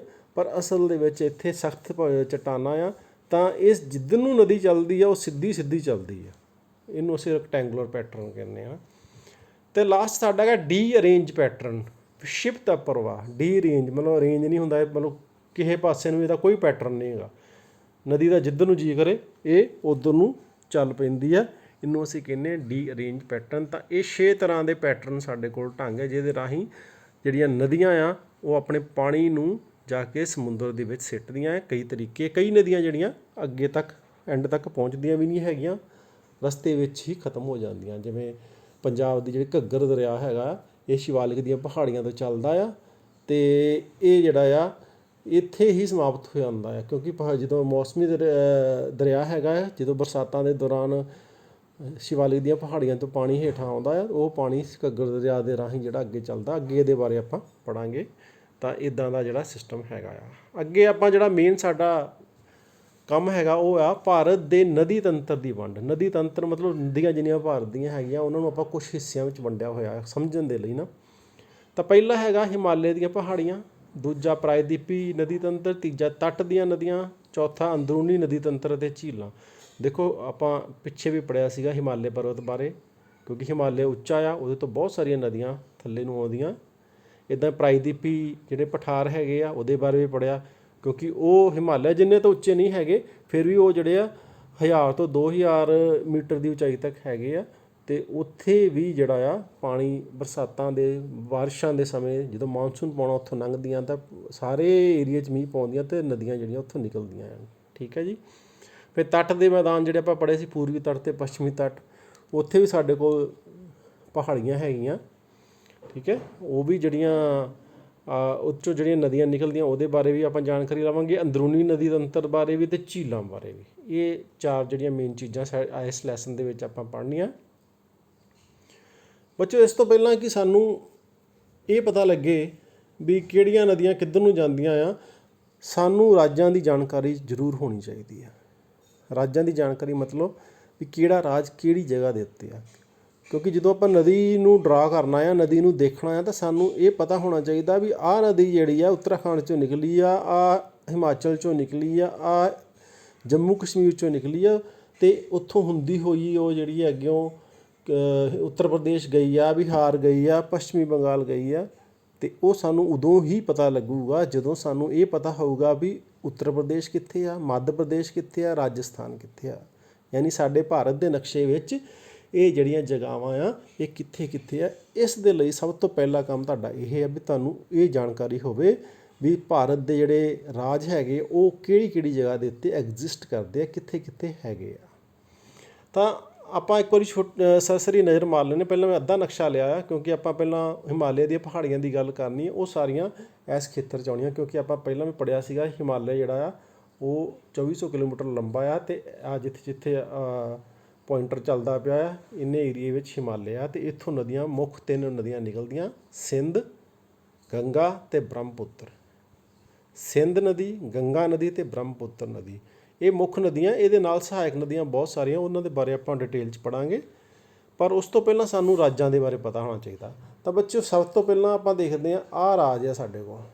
ਠੀਕ ਹੈ ਜੀ, ਇਹ ਕੀ ਆ? ਇਹ ਕਿਸੇ ਟਾਈਮ ਜੰਮੂ ਅਤੇ ਕਸ਼ਮੀਰ ਹੁੰਦਾ ਸੀਗਾ, ਹੁਣ ਇਹਨੂੰ ਵੰਡ ਕੇ ਜਿਵੇਂ ਦੇਖੋ ਆਹ ਉੱਪਰ ਹਰਾ ਵਾਲਾ ਲੱਦਾਖ ਆ, ਅਤੇ ਜੰਮੂ ਕਸ਼ਮੀਰ ਦਾ ਏਰੀਆ ਆਹ ਛੋਟਾ ਕਰ ਦਿੱਤਾ ਗਿਆ। ਇਹਨੂੰ ਸਮਝ ਲਿਓ ਧਿਆਨ ਦੇ ਨਾਲ। ਪਹਿਲਾਂ ਇਹਨੂੰ ਸਾਰੇ ਨੂੰ ਜੰਮੂ ਕਸ਼ਮੀਰ ਕਹਿੰਦੇ ਸੀਗੇ, ਲੱਦਾਖ ਅਤੇ ਜੰਮੂ ਕਸ਼ਮੀਰ ਇੱਕੋ ਹੀ ਸੀ। ਹੁਣ ਤੁਸੀਂ ਦੇਖੋ ਇੱਥੇ ਇੰਨੇ ਕੁ ਏਰੀਏ ਦੇ ਵਿੱਚ ਜਿਵੇਂ ਪੱਖਾ ਹੁੰਦਾ ਨਾ, ਸਮਝ ਕੇ ਚੱਲਿਓ, ਜੇ ਪੱਖਾ ਆਉਂਦਾ ਉਸ ਰੂਪ ਦੇ ਵਿੱਚ ਸਾਡੇ ਕੋਲ 4 ਰਾਜ ਨੇ। ਆਹ ਹਿਮਾਚਲ ਆ, ਆਹ ਪੰਜਾਬ ਆ, ਆਹ ਹਰਿਆਣਾ ਆ, ਆਹ ਉੱਤਰਾਖੰਡ ਆ। ਠੀਕ ਹੈ, ਇੱਕ ਸੈਂਟਰ ਪੁਆਇੰਟ ਲੈ ਕੇ ਅਤੇ ਇਹਦੇ ਚਾਰੇ ਪਾਸੇ ਮੰਨ ਲਓ ਪੱਖੇ ਦੇ ਪਰ ਆ, ਅਤੇ 4 ਰਾਜ ਜਿਹੜੇ ਉੱਪਰ 2 ਜਿਹੜੇ ਹੈਗੇ ਹਿਮਾਚਲ ਅਤੇ ਪੰਜਾਬ ਆ, ਉਸ ਤੋਂ ਹੇਠਾਂ ਪੰਜਾਬ ਦੇ ਨਾਲ ਹਰਿਆਣਾ ਆ, ਅਤੇ ਹਿਮਾਚਲ ਦੇ ਨਾਲ ਉੱਤਰਾਖੰਡ ਹੈ। ਇਹ ਯਾਦ ਰੱਖਿਓ ਤੁਸੀਂ। ਠੀਕ ਹੈ, ਅਤੇ ਪੰਜਾਬ ਹਰਿਆਣੇ ਦੇ ਹੇਠਾਂ ਰਾਜਸਥਾਨ ਹੈ, ਇਹ ਵੀ ਯਾਦ ਰੱਖਿਓ। ਫਿਰ ਉੱਤਰਾਖੰਡ ਤੋਂ ਹੇਠਾਂ ਹਿਮਾਚਲ ਪ੍ਰਦੇਸ਼ ਸ਼ੁਰੂ ਹੁੰਦਾ, ਆਹ ਅੱਧ ਨੇਪਾਲ ਤੱਕ ਜਾਂਦਾ। ਆਹ ਨੇਪਾਲ ਹੈ ਸਾਰਾ, ਇਹ ਕੋਈ ਹੋਰ ਰਾਜ ਆ, ਸਾਡਾ ਐਸਾ ਕੋਈ ਉਦੇਸ਼ ਹੈ, ਸਾਡਾ ਹਿੱਸਾ ਨਹੀਂ ਹੈਗਾ। ਇਹਦੇ ਅੱਧ ਤੱਕ ਜਿਹੜਾ ਹੈ ਉੱਤਰ ਪ੍ਰਦੇਸ਼ 'ਚ ਆਉਂਦਾ, ਉਸ ਤੋਂ ਅੱਗੇ ਬਿਹਾਰ ਆ, ਅਤੇ ਆਹ ਹਰਾ ਜਿਹੜਾ ਆ ਇਹ ਪੱਛਮੀ ਬੰਗਾਲ ਆ, ਅਤੇ ਆਹ ਝਾਰਖੰਡ ਆ। ਠੀਕ ਹੈ, ਇਹ ਯਾਦ ਰੱਖਿਓ। ਆਹ ਜਿਹੜਾ ਏਰੀਆ ਸਾਡਾ ਸਿੱਕਮ ਦਾ ਆ, ਸਿੱਕਮ ਤੋਂ ਬਾਅਦ ਆਹ ਅਰੁਣਾਚਲ ਪ੍ਰਦੇਸ਼ ਆ, ਆਹ ਅਸਾਮ ਆ, ਆਹ ਹੋਰ ਆਹ 7 ਸਟੇਟ ਇਹਨੂੰ 7 ਸਿਸਟਰਸ ਵੀ ਕਹਿੰਦੇ ਆ, ਅਤੇ ਇੱਕ ਸਿੱਕਮ ਨੂੰ ਮਿਲਾ ਕੇ 8 ਬਣ ਜਾਂਦੇ ਆ। ਇਹ ਛੋਟੇ ਛੋਟੇ ਹੈਗੇ, ਇਹਨਾਂ ਨੂੰ ਤੁਸੀਂ ਜਦੋਂ ਨਕਸ਼ੇ 'ਚ ਪ੍ਰੋਪਰਲੀ ਦੇਖੋਗੇ ਤਾਂ ਸਮਝ ਜਾਓਗੇ। ਆਪਾਂ ਹਾਲ ਦੀ ਘੜੀ ਜਿਹੜੇ ਇਹਨਾਂ ਰਾਜਾਂ ਦੇ ਬਾਰੇ, ਜਿਹੜੇ ਆਹ ਰਾਜ ਆ ਉੱਪਰ ਹੈਗੇ, ਇਹਨਾਂ ਦੇ ਬਾਰੇ ਹੀ ਜਾਣਕਾਰੀ ਲੈਣੀ ਹੈ। ਠੀਕ ਹੈ, ਮੈਨੂੰ ਲੱਗਦਾ ਤੁਹਾਨੂੰ ਸਮਝ ਲੱਗ ਗਿਆ ਹੋਊਗਾ। ਉਸ ਤੋਂ ਬਾਅਦ ਅੱਗੇ ਆ ਜਿਹੜੇ ਦੱਖਣ ਭਾਰਤ ਦੇ ਰਾਜ ਹੈਗੇ। ਠੀਕ ਹੈ, ਹੁਣ ਦੱਖਣ ਭਾਰਤ ਦੇ ਰਾਜ ਵਿੱਚ ਗੁਜਰਾਤ ਆ, ਆਹ ਸਾਰਾ ਸਮੁੰਦਰ ਸ਼ੁਰੂ ਹੁੰਦਾ, ਅਰਬ ਸਾਗਰ ਆ, ਆਹ ਸਾਰਾ ਬੰਗਾਲ ਦੀ ਖਾੜੀ ਆ, ਥੱਲੇ ਹਿੰਦ ਮਹਾਸਾਗਰ ਆ। ਆਹ ਗੁਜਰਾਤ ਆ, ਦੇਖੋ ਆ ਮਹਾਰਾਸ਼ਟਰ ਆ। ਆਪਾਂ ਤੱਟ ਦੇ ਨਾਲ ਨਾਲ ਚੱਲਣਾ। ਆਹ ਜਿਹੜਾ ਸਾਡਾ ਪੱਛਮੀ ਤੱਟ ਆ, ਆਹ ਪੂਰਬੀ ਤੱਟ ਆ, ਠੀਕ ਹੈ। ਆ ਮਹਾਰਾਸ਼ਟਰ ਆ, ਕਰਨਾਟਕ ਆ, ਆਹ ਛੋਟਾ ਜਿਹਾ ਗੋਆ ਆ, ਆਹ ਹੀ ਕੇਰਲਾ ਆ, ਤਮਿਲਨਾਡੂ ਆ, ਆਂਧਰਾ ਪ੍ਰਦੇਸ਼ ਆ, ਆਂਧਰਾ ਪ੍ਰਦੇਸ਼ ਦੇ ਉੱਪਰ ਛੱਤੀਸਗੜ੍ਹ ਆ, ਅਤੇ ਨਾਲ ਉੜੀਸਾ ਆ, ਠੀਕ ਹੈ ਜੀ। ਝਾਰਖੰਡ ਆਪਾਂ ਉੱਤੇ ਕਰ ਲਿਆ ਸੀ। ਹੁਣ ਸੈਂਟਰ ਦੇ ਵਿੱਚ ਮੱਧ ਪ੍ਰਦੇਸ਼ ਆ। ਸਿਰਫ ਮੱਧ ਪ੍ਰਦੇਸ਼ ਅਤੇ ਛੱਤੀਸਗੜ੍ਹ ਹੀ ਐਸੇ ਆ ਜਿਹੜੇ ਸੈਂਟਰ ਦੇ ਵਿੱਚ ਪੈ ਜਾਂਦੇ, ਬਾਕੀ ਸਾਰੇ ਸਾਈਡਾਂ 'ਤੇ ਘੁੰਮ ਜਾਂਦੇ ਆ। ਜੇ ਤੁਸੀਂ ਇੱਕ ਦੋ ਵਾਰੀ ਆਰਾਮ ਨਾਲ ਇਹਨੂੰ ਦੇਖੋਗੇ, ਧਿਆਨ ਨਾਲ ਨਕਸ਼ੇ ਨੂੰ, ਤਾਂ ਤੁਹਾਨੂੰ ਸਾਰਾ ਸਮਝ ਲੱਗ ਜਾਏਗਾ। ਸੋ ਇਹ ਦੋਵੇਂ ਚੀਜ਼ਾਂ ਤੁਹਾਡੇ ਲਈ, ਜੇਕਰ ਆਪਾਂ ਨਦੀ ਤੰਤਰ ਦੇ ਬਾਰੇ ਜਾਣਕਾਰੀ ਲੈਣੀ ਆ ਤਾਂ ਸਾਨੂੰ ਪਤਾ ਹੋਣਾ ਚਾਹੀਦਾ ਹੈ। ਅੱਗੇ ਚੱਲਦੇ ਹਾਂ। ਪਹਿਲਾ ਸਾਡਾ ਹੈਗਾ ਹਿਮਾਲਯ ਦੀਆਂ, ਜਿਹੜਾ ਹਿਮਾਲਯ ਦੀਆਂ ਨਦੀਆਂ ਆ, ਉਹਦਾ ਜਿਹੜਾ ਨਦੀ ਤੰਤਰ, ਉਹਦੇ ਵਿੱਚ ਪਹਿਲਾਂ ਸਭ ਤੋਂ ਪਹਿਲਾਂ ਸਾਡੇ ਕੋਲ ਆ ਜਾਂਦਾ ਆ ਸਿੰਧ ਨਦੀ ਤੰਤਰ। ਸਿੰਧ ਨਦੀ ਦਾ ਸਾਡੇ ਪੰਜਾਬ ਦੇ ਉੱਤੇ ਬਹੁਤ ਅਸਰ ਆ, ਕਿਉਂਕਿ ਕਿਸੇ ਟਾਈਮ ਸਿੰਧ ਨਦੀ ਜਿਹੜੀ ਉਹ ਸਾਡੇ ਪੰਜਾਬ ਦਾ ਹਿੱਸਾ ਹੁੰਦੀ ਸੀ। 1947 ਤੋਂ ਪਹਿਲਾਂ ਦਾ ਜਦੋਂ ਅਸੀਂ ਪੰਜਾਬ ਦੇਖਦੇ ਹਾਂ ਨਾ, ਤਾਂ ਉਹਦੇ ਵਿੱਚ ਸਿੰਧ ਤੋਂ ਲੈ ਕੇ ਯਮੁਨਾ ਤੱਕ ਦਾ ਇਲਾਕਾ ਪੰਜਾਬ ਦੇ ਵਿੱਚ ਆਉਂਦਾ ਸੀ। ਸੋ ਬੱਚੋ, ਇੱਕ ਆ ਸਿੰਧ ਦਾ ਤੁਹਾਨੂੰ ਮੈਂ ਆਊਟਲਾਈਨ ਦੱਸਦੀ ਆ। ਸਾਰਾ ਨੀਲਾ ਨੀਲਾ ਜਿੰਨਾ ਆ, ਇਹ ਸਾਰੀਆਂ ਨਦੀਆਂ ਆ, ਇਹ ਸਾਰੀਆਂ ਸਿੰਧ ਦੀਆਂ ਨਦੀਆਂ। ਸਿੰਧ ਨਦੀ ਅਤੇ ਉਹਦੇ ਨਾਲ ਦੀਆਂ ਸਹਾਇਕ ਨਦੀਆਂ, ਠੀਕ ਹੈ ਜੀ। ਆਹ ਮੈਂ ਦੇਖੋ ਇੱਕ ਪੀਲੀ ਕੀਤੀ ਹੋਈ ਆ, ਆ ਜਿਹੜੀ ਜਿੱਥੇ ਜਿੱਥੇ ਆਹ ਪੁਆਇੰਟਰ ਆ ਰਿਹਾ, ਇਹ ਸਾਰੀ ਸਿੰਧ ਨਦੀ ਆ, ਇੱਥੋਂ ਸ਼ੁਰੂ ਹੁੰਦੀ ਆ, ਠੀਕ ਹੈ ਜੀ। ਉਹ ਜਗ੍ਹਾ ਵੀ ਤੁਹਾਨੂੰ ਦੱਸਦਾ ਮੈਂ ਕਿੱਥੋਂ ਸ਼ੁਰੂ ਹੁੰਦੀ ਆ। ਹੁਣ ਦੇਖ ਲਓ, ਆਹ ਚਾਈਨਾ ਆ, ਅਫਗਾਨਿਸਤਾਨ ਆ, ਆਹ ਪਾਕਿਸਤਾਨ ਆ। ਤੁਹਾਨੂੰ ਮੈਂ ਤਾਂ ਹੀ ਕਿਹਾ ਸੀਗਾ ਵੀ ਨਕਸ਼ੇ ਦੀ ਜਾਣਕਾਰੀ ਹੋਣੀ ਚਾਹੀਦੀ, ਕਿਉਂਕਿ ਆਹ ਭਾਰਤ ਦਾ ਨਕਸ਼ਾ ਹੈਗਾ, ਇੱਥੋਂ ਆਹ ਦੇਖੋ ਬਣਦਾ ਬਾਊਂਡਰੀ ਜਿਹੜੀ। ਹੁਣ ਜੇਕਰ ਅਸੀਂ ਪੂਰੇ ਨਕਸ਼ੇ ਦੇ ਵਿੱਚ ਡਰਾ ਕਰਦੇ ਤਾਂ ਸਾਨੂੰ ਕੁਛ ਲੱਭਣਾ ਨਹੀਂ ਸੀਗਾ ਨਾ, ਇਸ ਕਰਕੇ ਉਹਨੂੰ ਥੋੜ੍ਹਾ ਜਿਹਾ ਜ਼ੂਮ ਕੀਤਾ ਨਕਸ਼ੇ ਨੂੰ, ਅਤੇ ਨਕਸ਼ੇ ਨੂੰ ਜ਼ੂਮ ਕਰਕੇ ਆਪਾਂ ਇਹਨੂੰ ਸਮਝਣ ਦੀ ਕੋਸ਼ਿਸ਼ ਕੀਤੀ ਆ। ਅਤੇ ਜੇਕਰ ਅਸੀਂ ਸਟੇਟਾਂ ਦੇ ਬਾਰੇ ਜਾਣਦੇ ਹੋਵਾਂਗੇ ਨਾ, ਤਾਂ ਫਿਰ ਸਾਡੇ ਲਈ ਸੌਖਾ ਹੋ ਜਾਂਦਾ। ਹੁਣ ਭਾਰਤ ਦਾ ਨਕਸ਼ਾ ਆ ਦੇਖੋ, ਇੱਥੋਂ ਤੱਕ ਕੀ ਆ, ਆਹ ਲੱਦਾਖ ਆ, ਆਹ ਕਸ਼ਮੀਰ ਆ, ਠੀਕ ਹੈ। ਅਤੇ ਇੱਥੇ ਇੱਕ ਪੰਜਾਬ ਆ ਜਾਂਦਾ, ਨਾਲ ਹੀ ਆਹ ਹਿਮਾਚਲ ਪ੍ਰਦੇਸ਼ ਆ, ਹਰਿਆਣਾ ਆ, ਠੀਕ ਹੈ। ਆਹ ਉੱਤਰਾਖੰਡ ਹੈਗਾ। ਇੰਨੇ ਕੁ ਏਰੀਆ, ਕਿਉਂਕਿ ਜੇ ਸਾਨੂੰ ਪਤਾ ਹੋਵੇ ਨਾ, ਫਿਰ ਸਮਝਣਾ ਸੌਖਾ ਹੋ ਜਾਂਦਾ। ਹੁਣ ਅੱਗੇ ਦੇਖਦੇ ਹਾਂ ਬੱਚਿਓ। ਹੁਣ ਸਿੰਧ ਨਦੀ ਆ, ਸਿੰਧ ਨਦੀ ਆ ਦੇਖੋ, ਮਾਨਸਰੋਵਰ ਝੀਲ ਆ ਕੈਲਾਸ਼ ਪਰਬਤ ਦੇ ਕੋਲ, ਠੀਕ ਹੈ।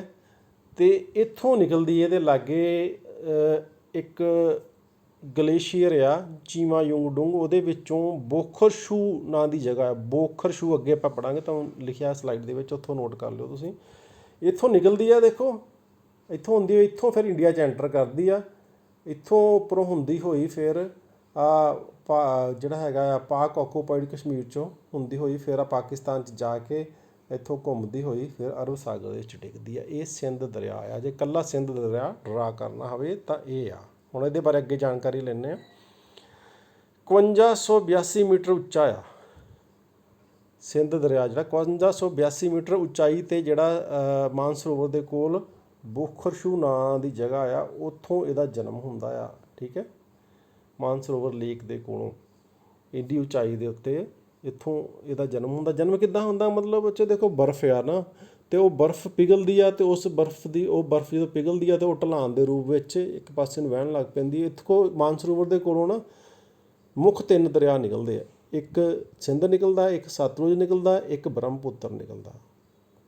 ਇੱਕੋ ਜਗ੍ਹਾ ਦੇ ਲਾਗਿਓ ਦੇਖੋ, ਇੰਨੀ ਬਰਫ਼ ਉਸ ਜਗ੍ਹਾ 'ਤੇ, ਐਡਾ ਵੱਡਾ ਗਲੇਸ਼ੀਅਰ ਹੈਗਾ ਵੀ ਇੰਨਾ ਉਹ ਪਾਣੀ ਜਿਹੜਾ ਫਿਰ ਅੱਗੇ ਜਿਉਂ ਚੱਲਦਾ ਜਾਂਦਾ ਅਤੇ ਉੱਪਰੋਂ ਬਰਫ਼ ਪਿਘਲਦੀ ਇਹਦੇ ਵਿੱਚ ਜੁੜਦੀ ਜਾਂਦੀ ਹੈ ਨਾ। ਤਾਂ ਬੋਖਰਸ਼ੂ ਯਾਦ ਰੱਖਿਓ। ਜੇ ਬੋਖਰਸ਼ੂ ਨਾ ਯਾਦ ਰਹੇ ਤਾਂ ਇਹ ਕਹਿ ਸਕਦੇ ਹੋ ਮਾਨਸਰੋਵਰ ਦੇ ਕੋਲੋਂ ਇਹਦਾ ਜਨਮ ਹੁੰਦਾ ਹੈ। ਫਿਰ 2880 ਕਿਲੋਮੀਟਰ ਲੰਬਾਈ ਹੈ, ਕਿਲੋਮੀਟਰ ਵਿੱਚ ਨਹੀਂ ਲਿਖਿਆ, ਯਾਨੀ ਟੋਟਲ ਜੇਕਰ ਆਪਾਂ ਮਾਨਸਰੋਵਰ ਤੋਂ ਲੈ ਕੇ ਅਰਬ ਸਾਗਰ ਤੱਕ ਇਹਦੀ ਲੰਬਾਈ ਦੇਖੀਏ ਤਾਂ 2880 ਕਿਲੋਮੀਟਰ ਬੱਚਿਓ ਇਹਦੀ ਲੰਬਾਈ ਆ। ਭਾਰਤ ਵਿੱਚ 709 ਕਿਲੋਮੀਟਰ ਆ। ਹੁਣ ਇਹਦਾ ਕੀ ਮਤਲਬ ਆ? ਹੁਣ ਦੇਖੋ, ਇੱਕ ਵਾਰੀ ਫਿਰ ਦੇਖ ਲੈਂਦੇ ਹਾਂ।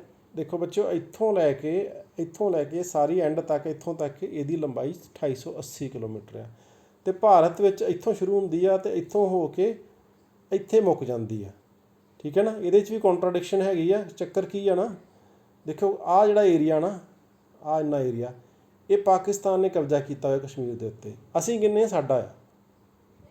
ਕਈ ਵਾਰੀ ਫਿਰ ਕੁਐਸਚਨ ਦੇ ਵਿੱਚ ਵੀ ਚੱਕਰ ਪੈ ਜਾਂਦਾ। ਕੋਈ ਕਹਿੰਦੇ ਵੀ 1100 ਕਿਲੋਮੀਟਰ ਲੰਬੀ ਆ, ਕੁਛ ਕਹਿੰਦੇ ਵੀ ਭਾਰਤ ਦੇ ਵਿੱਚ 709 ਕਿਲੋਮੀਟਰ ਲੰਬੀ ਆ। ਤੇ ਇਹ ਥੋੜ੍ਹਾ ਜਿਹਾ ਇਹਦੇ ਵਿੱਚ ਕੰਟਰਾਡਿਕਸ਼ਨ ਹੈਗੀ ਆ, ਤੇ ਇਸ ਚੀਜ਼ ਨੂੰ ਆਪਾਂ ਨੂੰ ਸਮਝ ਕੇ ਹੀ ਚੱਲਣਾ ਨਾਲ। ਠੀਕ ਹੈ ਜੀ। ਤਾਂ ਆਪਾਂ ਇਹ ਲੈ ਕੇ ਚੱਲਦੇ ਵੀ ਇੱਥੋਂ ਤੱਕ ਇਹਦੀ ਜਿਹੜੀ ਆ ਇੰਡੀਆ ਦੇ ਵਿੱਚ ਜਿਹੜਾ ਕਸ਼ਮੀਰ ਹੈ ਉੱਥੋਂ ਤੱਕ ਇਹਦੀ 709 ਕਿਲੋਮੀਟਰ ਦੀ ਲੰਬਾਈ ਹੈ। ਜੇ ਅਸੀਂ ਪਾਕਿਸਤਾਨ ਆਕੂਪਾਈਡ ਕਸ਼ਮੀਰ ਨੂੰ ਵੀ ਨਾਲ ਲੈ ਲਈਏ ਤਾਂ 1114 ਕਿਲੋਮੀਟਰ ਸਮਥਿੰਗ ਇੱਦਾਂ ਕਰਕੇ ਇਹਦੀ ਲੰਬਾਈ ਹੋ ਜਾਂਦੀ ਹੈ। ਠੀਕ ਹੈ। ਅੱਗੇ ਦੇਖੋ ਮੁੱਖ 5 ਸਹਾਇਕ ਨਦੀਆਂ ਆ। 5 ਸਹਾਇਕ ਨਦੀਆਂ ਕਿਹੜੀਆਂ? ਜਿਹੜੀਆਂ ਪੰਜਾਬ ਦੀਆਂ 5 ਨਦੀਆਂ ਆ। ਕਿਹੜੀਆਂ? ਸਤਲੁਜ, ਰਾਵੀ, ਬਿਆਸ, ਚਨਾਬ ਅਤੇ ਜੇਹਲਮ। ਇਹ 5 ਦਰਿਆ, ਇਹ ਮੁੱਖ ਇਹਦੇ ਸਹਾਇਕ ਨਦੀਆਂ। ਇਹ ਸਾਰੀਆਂ ਪੰਜੇ ਦੀਆਂ ਪੰਜੀਆਂ ਜਾ ਕੇ ਸਿੰਧ 'ਚ ਰਲਦੀਆਂ, ਫਿਰ ਸਿੰਧ ਜਾ ਕੇ ਅਰਬ ਸਾਗਰ ਦੇ ਵਿੱਚ ਡਿੱਗਦਾ ਆ। ਠੀਕ ਹੈ, ਉਹ ਵੀ ਤੁਹਾਨੂੰ ਮੈਂ ਅੱਗੇ ਦਿਖਾਊਂਗਾ। ਜੰਮੂ ਕਸ਼ਮੀਰ ਦੇ ਵਿੱਚ ਗਿਲਗਿਤ, ਸਿਊਕ, ਸੀਗੋ ਅਤੇ ਸਕਾਰਦੂ ਜੰਮੂ ਕਸ਼ਮੀਰ ਦਾ ਜਿਹੜਾ ਏਰੀਆ ਬੱਚੇ ਫਿਰ ਦੇਖ ਲੈਂਦੇ ਹਾਂ। ਦੇਖੋ ਆਹ ਜਿਹੜਾ ਏਰੀਆ ਨਾ ਇੰਨੇ ਥਾਂ ਦੇ ਵਿੱਚ, ਇਹਨਾਂ ਦੇ ਥਾਂ ਦੇ ਵਿੱਚ ਜਿਹੜੀਆਂ ਨਦੀਆਂ ਆਪਾਂ ਸਹਾਇਕ ਜੰਮੂ ਕਸ਼ਮੀਰ ਦੀਆਂ ਨਾਂ ਕੀਤਾ, ਸਕਾਰਦੂ, ਸਿਬੋ, ਸਿਊਕ ਜਿਹੜੀਆਂ ਉਹ ਇੱਥੇ ਇਹਨੂੰ ਆ ਕੇ ਮਿਲਦੀਆਂ ਆ। ਠੀਕ ਹੈ, ਛੋਟੀ ਛੋਟੀਆਂ ਨਦੀਆਂ ਹੈਗੀਆਂ ਅਤੇ ਇਹਦੀ ਜ਼ਿਆਦਾ ਇੰਪੋਰਟੈਂਸ ਵਿੱਚ ਨਹੀਂ ਹੈਗੀ ਨਾ। ਸੋ ਇਹ ਸੀਗਾ ਸਿੰਧ ਦਰਿਆ ਦੇ ਬਾਰੇ। ਅੱਗੇ ਦੇਖਦੇ ਹਾਂ ਆਪਾਂ ਸਿੰਧ ਦਰਿਆ ਦੀਆਂ ਸਹਾਇਕ ਨਦੀਆਂ। ਹੁਣ ਆਹ ਆ ਮੇਨ ਸਿੰਧ ਦਰਿਆ। ਦੇਖੋ ਆਪਾਂ ਇੱਥੋਂ ਭਾਰਤ ਤੋਂ ਸ਼ੁਰੂ ਕੀਤਾ ਹੈ, ਐਕਚੁਅਲੀ ਇੱਥੋਂ ਸ਼ੁਰੂ ਹੁੰਦਾ ਇਹ, ਇਹਦੀ ਗੱਲ ਨਹੀਂ ਕੀਤੀ। ਆਹ ਸਿੰਧ ਜਾ ਰਿਹਾ, ਦੇਖੋ ਇੱਥੇ ਅਰਬ ਸਾਗਰ ਡਿੱਗ ਪਿਆ। ਹੁਣ ਆਹ ਨੀਲੀਆਂ ਜਿਹੜੀਆਂ ਲਾਈਨਾਂ ਇਹ ਭਾਰਤ ਦੇ ਵਿੱਚ ਆ ਅਤੇ ਹਰੀਆਂ ਪਾਕਿਸਤਾਨ ਦੇ ਵਿੱਚ ਆ। ਹੁਣ ਦੇਖੋ ਅਸੀਂ ਇੱਥੇ ਨਕਸ਼ੇ 'ਚ ਨਾ ਤੁਸੀਂ ਦੇਖੋ ਥੋੜ੍ਹਾ ਜਿਹਾ ਕਲੈਰਿਟੀ ਆ ਤੁਹਾਡੇ ਕੋਲ, ਇੱਥੇ ਨਕਸ਼ਾ ਖਤਮ ਕਰ ਦਿੰਦੇ ਅਸੀਂ ਭਾਰਤ ਦਾ, ਜਦ ਕਿ ਭਾਰਤ ਦਾ ਇੱਥੋਂ ਤੱਕ ਨਕਸ਼ਾ ਉੱਪਰ ਤੱਕ ਜਾਂਦਾ। ਹੁਣ ਐਡੀ ਲੰਬਾਈ 709 ਆ, ਅਤੇ ਜਦੋਂ ਆਪਾਂ ਭਾਰਤ ਨੂੰ ਇੱਥੋਂ ਤੱਕ ਲੈ ਲੈਂਦੇ ਨਾ, ਆਹ ਵੀ ਏਰੀਆ ਭਾਰਤ ਦੇ ਵਿੱਚ ਲੈ ਲੈਂਦੇ ਤਾਂ 1114 ਕਿਲੋਮੀਟਰ ਬਣ ਜਾਂਦਾ। ਇਹ ਤੁਹਾਨੂੰ ਮੈਂ ਸਮਝਾ ਰਿਹਾ ਸੀ। ਅਤੇ ਆਹ ਸਤਲੁਜ ਆ, ਆਹ ਚਨਾਬ ਆ, ਜੇਹਲਮ ਆ, ਅਤੇ ਆਹ ਬਿਆਸ ਇੱਥੇ ਕੁ ਹੈਗੀ, ਉਹ ਬਿਆਸ ਨਹੀਂ ਇਹਦੇ ਵਿੱਚ ਬਣਿਆ ਹੋਇਆ। ਇਹਨਾਂ ਦੇ ਬਾਰੇ ਆਪਾਂ ਦੇਖਦੇ ਹਾਂ। ਠੀਕ ਹੈ ਜੀ। ਹੁਣ ਸਭ ਤੋਂ ਪਹਿਲਾਂ ਜਿਹੜੀ ਗੱਲ ਅਸੀਂ ਕਰਨੀ ਆ ਜੇਹਲਮ ਦਰਿਆ ਦੀ। ਆਹ ਦੇਖੋ ਜੇਹਲਮ ਜਿਹੜਾ ਪੀਲਾ ਕੀਤਾ ਨਾ, ਇਹਦੀ ਆਪਾਂ ਗੱਲ ਕਰਨੀ ਆ। ਇੱਥੋਂ ਸ਼ੁਰੂ ਹੁੰਦਾ, ਵੈਰੀ ਨਾਗ ਨਾਂ ਦੀ ਜਗ੍ਹਾ ਆ।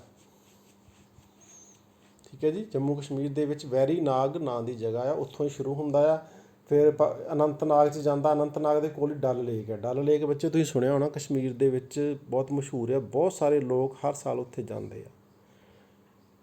ਬਹੁਤ ਵੱਡੀ ਝੀਲ ਆ ਡਲ ਲੇਕ।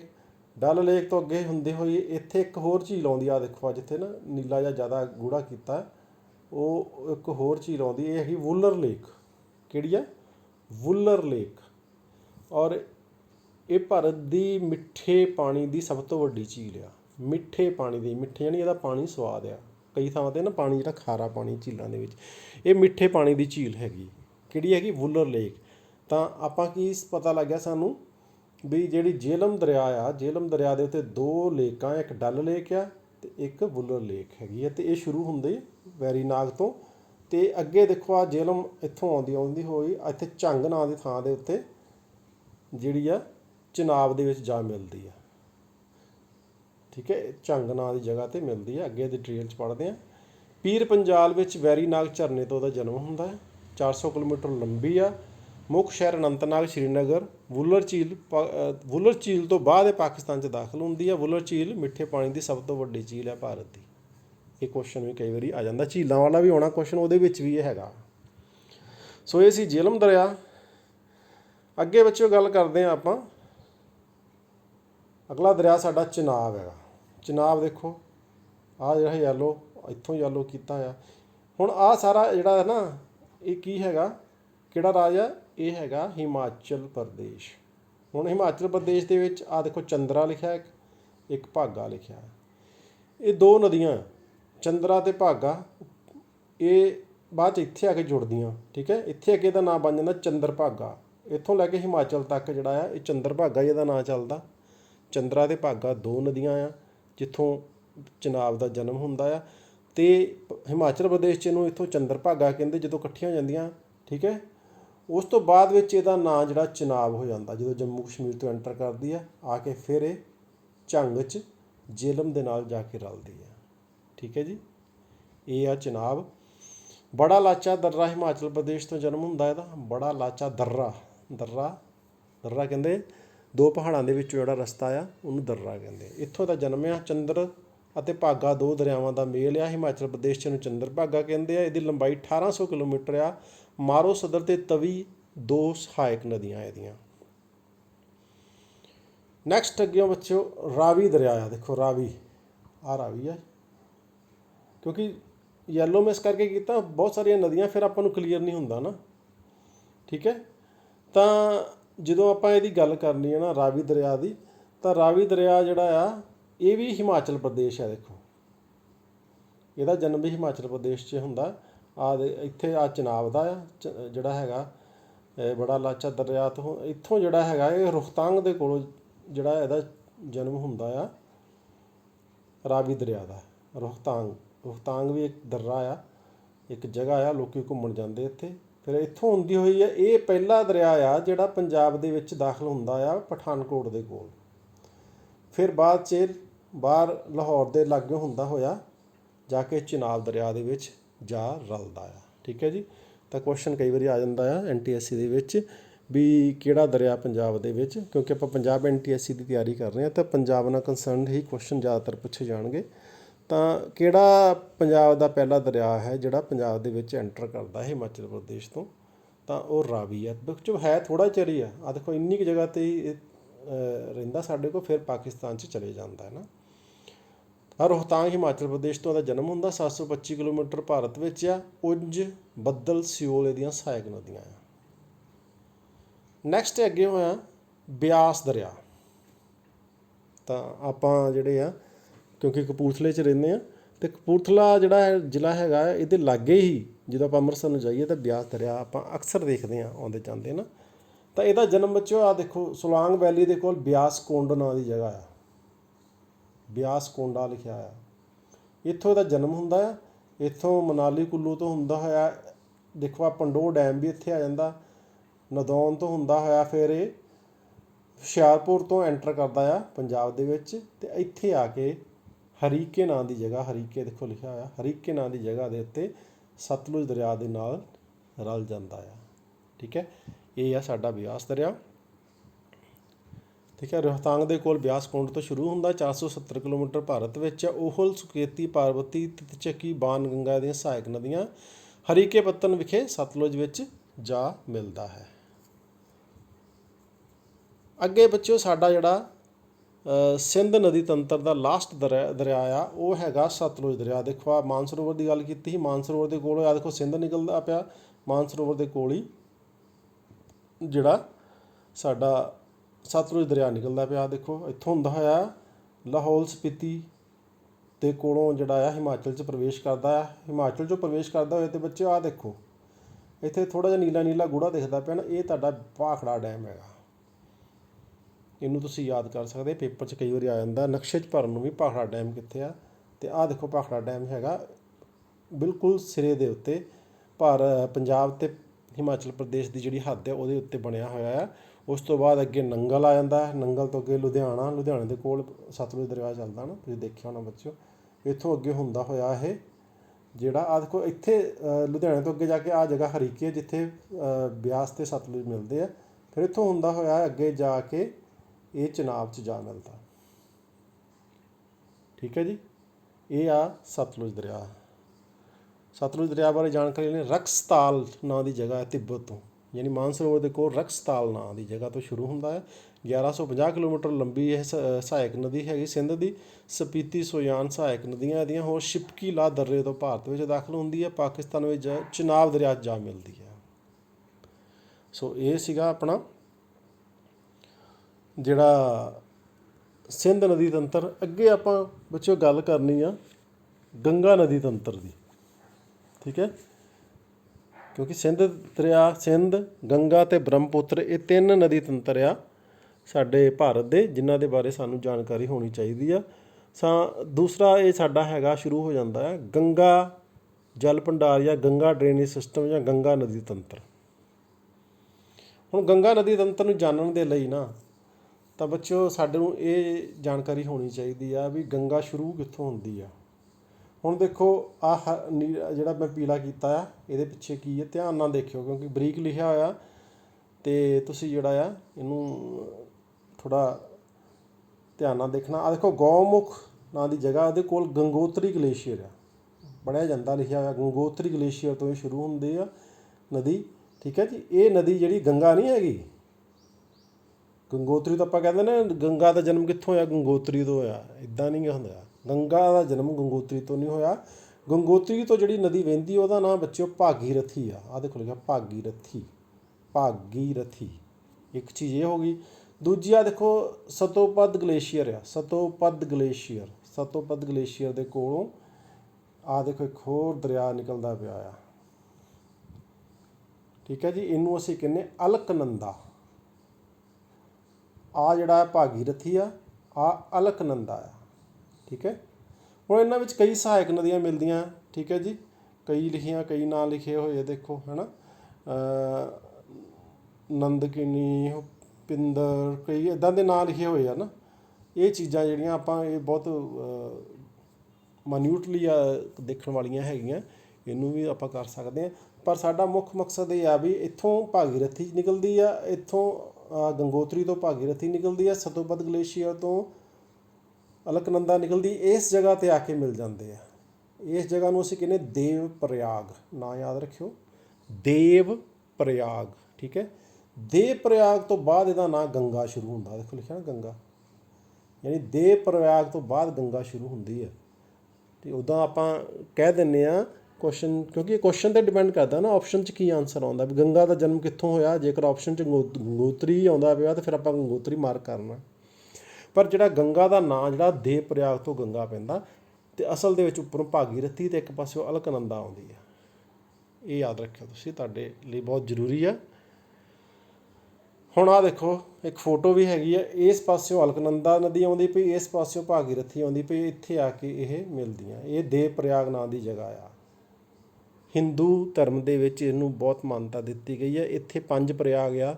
ਆਹ ਦੇਖੋ ਪਿੱਛੇ ਨਾਮ ਵੀ ਲਿਖੇ ਹੋਏ ਆ, ਵਿਸ਼ਨੂੰ ਪ੍ਰਯਾਗ, ਨੰਦ ਪ੍ਰਯਾਗ, ਕਰਨ ਪ੍ਰਯਾਗ, ਦੇਵ ਪ੍ਰਯਾਗ। ਇੱਦਾਂ ਕਰਕੇ ਨਾ ਇਹ ਚੀਜ਼ਾਂ ਜਿਹੜੀਆਂ ਹਿੰਦੂ ਧਰਮ ਦੇ ਵਿੱਚ ਬਹੁਤ ਮਾਨਤਾ ਰੱਖਦੀਆਂ। ਹੁਣ ਗੰਗਾ ਦਾ ਉੱਦਾਂ ਇੱਕ ਜਿਹੜਾ ਨਕਸ਼ਾ ਆਪਾਂ ਬਣਾਇਆ ਆ।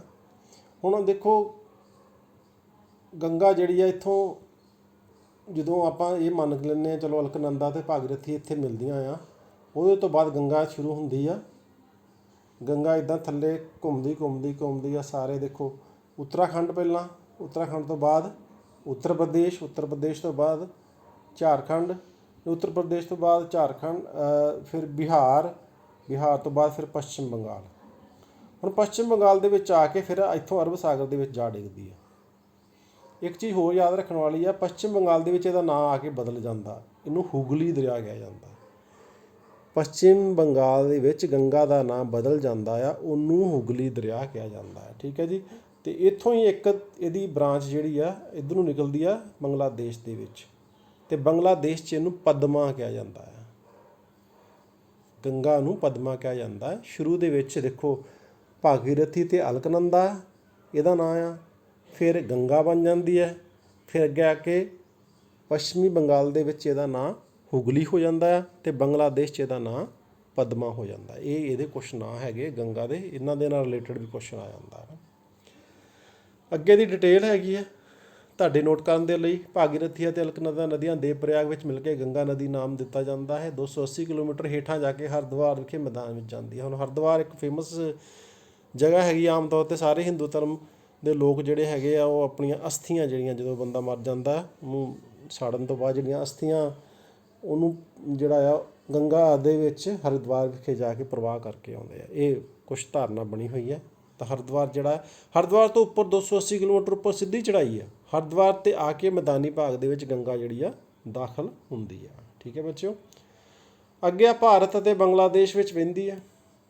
2 ਦੇਸ਼ਾਂ 'ਚ ਵਹਿੰਦੀ ਹੈ, ਇੱਕ ਭਾਰਤ ਦੇ ਵਿੱਚ, ਇੱਕ ਬੰਗਲਾਦੇਸ਼ ਦੇ ਵਿੱਚ। ਜਿਵੇਂ ਜਿਹੜੀ ਸਿੰਧ ਨਦੀ ਆ ਉਹ ਤਿੱਬਤ, ਚੀਨ, ਭਾਰਤ, ਪਾਕਿਸਤਾਨ ਦੇ ਵਿੱਚ ਵਹਿੰਦੀ ਆ, ਅਤੇ ਗੰਗਾ ਨਦੀ ਭਾਰਤ ਅਤੇ ਬੰਗਲਾਦੇਸ਼ 'ਚ ਹੀ ਵਹਿੰਦੀ ਹੈ। 2525 ਕਿਲੋਮੀਟਰ ਲੰਬੀ ਆ। 5 ਰਾਜਾਂ ਵਿੱਚੋਂ ਵਹਿੰਦੀ ਹੈ। ਤੁਹਾਨੂੰ ਦੱਸਿਆ ਉੱਤਰਾਖੰਡ, ਉੱਤਰ ਪ੍ਰਦੇਸ਼, ਝਾਰਖੰਡ, ਬਿਹਾਰ ਅਤੇ ਪੱਛਮ ਬੰਗਾਲ, ਹੈ ਨਾ। ਇਹਨੂੰ ਯਾਦ ਰੱਖਿਓ, ਇਹਨਾਂ 'ਚ ਕੋਈ ਕੁਐਸਚਨ ਆ ਜਾਂਦਾ ਕਈ ਵਾਰੀ ਤੁਹਾਨੂੰ ਪਤਾ ਹੋਵੇ। ਅਤੇ ਕਿਹੜੇ ਕਿਹੜੇ ਰਾਜਾਂ 'ਚ ਵਹਿੰਦੀ ਹੈ। ਉੱਤਰਾਖੰਡ ਤੋਂ ਸ਼ੁਰੂ ਹੁੰਦੀ ਆ, ਫਿਰ ਉੱਤਰ ਪ੍ਰਦੇਸ਼ 'ਚ ਦਾਖਲ ਹੁੰਦੀ ਆ, नहीं फिर उत्तर प्रदेश दाखिल होंगी, फिर झारखंड, फिर बिहार, फिर पश्चिमी बंगाल। ठीक है, ये तुहानूं याद रखियो। 2525 किलोमीटर लंबी है, तो आप इनू कह सकते हैं भी भारत की सब तो लंबी नदी आ, भारत दी, क्योंकि भारत दे विच सिंध नदी 709 किलोमीटर सारी भारत दे विच है। आप भारत की गल करनी, उदा लंबाई वो 2900 किलोमीटर हो सकती, 2880 किलोमीटर। ठीक है, टोटल लंबाई आप कह सकते भी वो लंबी है, पर जे असीं भारत की गल करांगे तो गंगा नदी सब तो लंबी है। अगे होर कुछ पॉइंट है याद रखण योग। पश्चिमी बंगाल च इहदा नाम हुगली हो जाता, बांग्लादेश च इहनूं पद्मा कहा जाता है। गंगा नदी ब्रह्मपुत्र नाल मिल के संसार का सब तो वड्डा डेल्टा सुंदरबन का डेल्टा बनाउंदी है। ये भी तुहानूं अगे दसांगे, याद रखियो तुसीं। इहदियां सहायक नदियां जिहड़ियां राम गंगा, घाघरा, गंडक, महानदी, महानदा लिखिआ, महानदी, महानंदा आ, महानदी अलग चीज़ है कि कांशी। दक्खन ਦੀਆਂ सहायक नदियां देखो, ਜਿਹੜੀਆਂ सहायक नदियां ਇਹਦੀਆਂ भी काफ़ी ਆ, ਤਾਂ उत्तर ਵਿੱਚ ਵੱਖਰੀਆਂ ਤੇ ਦੱਖਣ ਵਿੱਚ ਵੱਖਰੀਆਂ, ਨੂੰ ਅਲੱਗ-ਅਲੱਗ ਵੰਡਿਆ ਹੋਇਆ। ਦੱਖਣ ਦੀਆਂ सहायक नदियां चंबल, सिंध, बेतवा ਤੇ केन। यमुना सब तो ਵੱਡੀ सहायक नदी है। यमुना नदी ਜਿਹੜੀ ਆ ਉਹਦੀ ਸਭ ਤੋਂ ਵੱਡੀ सहायक नदी ਆ, ਉਹਦੇ ਬਾਰੇ ਵੀ ਜਾਣਕਾਰੀ ਆਪਾਂ ਲਵਾਂਗੇ। ਹੁਣ यमुना दरिया की गल करते, यमुना दरिया का आरंभ ਜਿਹੜਾ ਹੈ ਬੱਚਿਓ यमुनोत्री चों ਹੁੰਦਾ। देखो यमुनोत्री आ, ठीक है, ये भी उत्तराखंड ਦੇ ਵਿੱਚ जगह यमुनोत्री तो ਇਹਦਾ जन्म ਹੁੰਦਾ है। ਅੱਗੇ ਹੁੰਦੀ ਹੋਈ देखो आ पौंटा साहिब, अक्सर आप गुरुद्वारे पौंटा साहिब गए होवांगे। थे 1376 किलोमीटर लंबी है पौंटा साहिब। कई बार क्वेश्चन आ जाता भी पौंटा साहिब किस नदी के उत्ते स्थित है, तो याद रखियो यमुना नदी के उत्ते स्थित है। लंबाई 1376 किलोमीटर। अगे दे बारे होर देखते हैं। हुण यमुना दी सहायक नदियां भी हैगियां। यमुना भी बहुत वड्डी नदी आ। यमुना अगे जाके गंगा च मिल जाती है, पर गंगा तो मिलण तो पहलां इहदे विच बहुत सारिया नदियां मिलदियां। ठीक है ना, किहड़ी नदी देखो, आ जिहड़ी नदी है ना, जिहड़ी आ यमुना आ, तो यमुना दे विच आ चंबल नदी देखो मिलती पई आ, सिंध नदी एक मिलती पई, सिंध नदी वो नहीं हो रहा, बेतवा आ, केन आ। अग्गों जाके इस जगह के उत्ते आ बच्चों आ जगह ना, ये इलाहाबाद आ। क्वेश्चन आ जाता भी गंगा यमुना नदी किस जगह के उत्ते गंगा दे विच जा मिलती है, तो वो याद रखियो ये हैगा इलाहाबाद। ठीक है, ये सहायक नदियां, इन्हों के नाम तुसीं नोट कर लियो।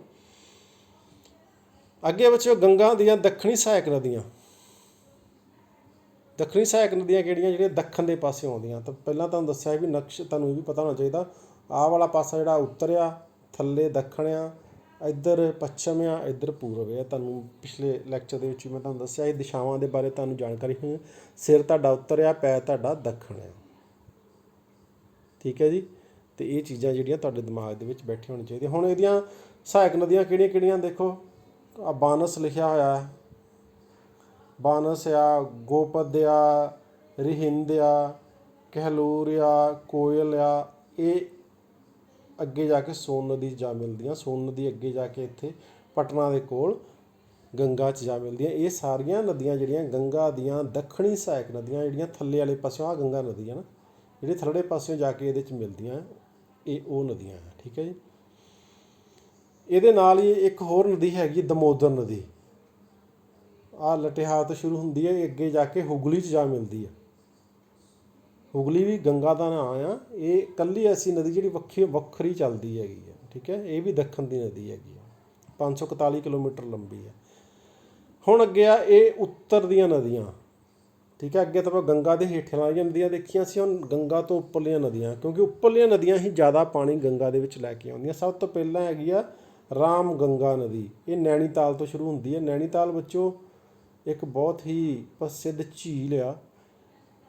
मसूरी शहर ये आले दुआले वसिया होया, लोग बहुत ज़्यादा घूमन जाते हैं। उत्तराखंड के विच आ, इत्थों देखो आ घूमती हुई जाके इत्थे गंगा दे विच जाके ये मिल जाती है। 690 किलोमीटर लंबी है, राम गंगा इहदा नाम है, उत्तर की नदी।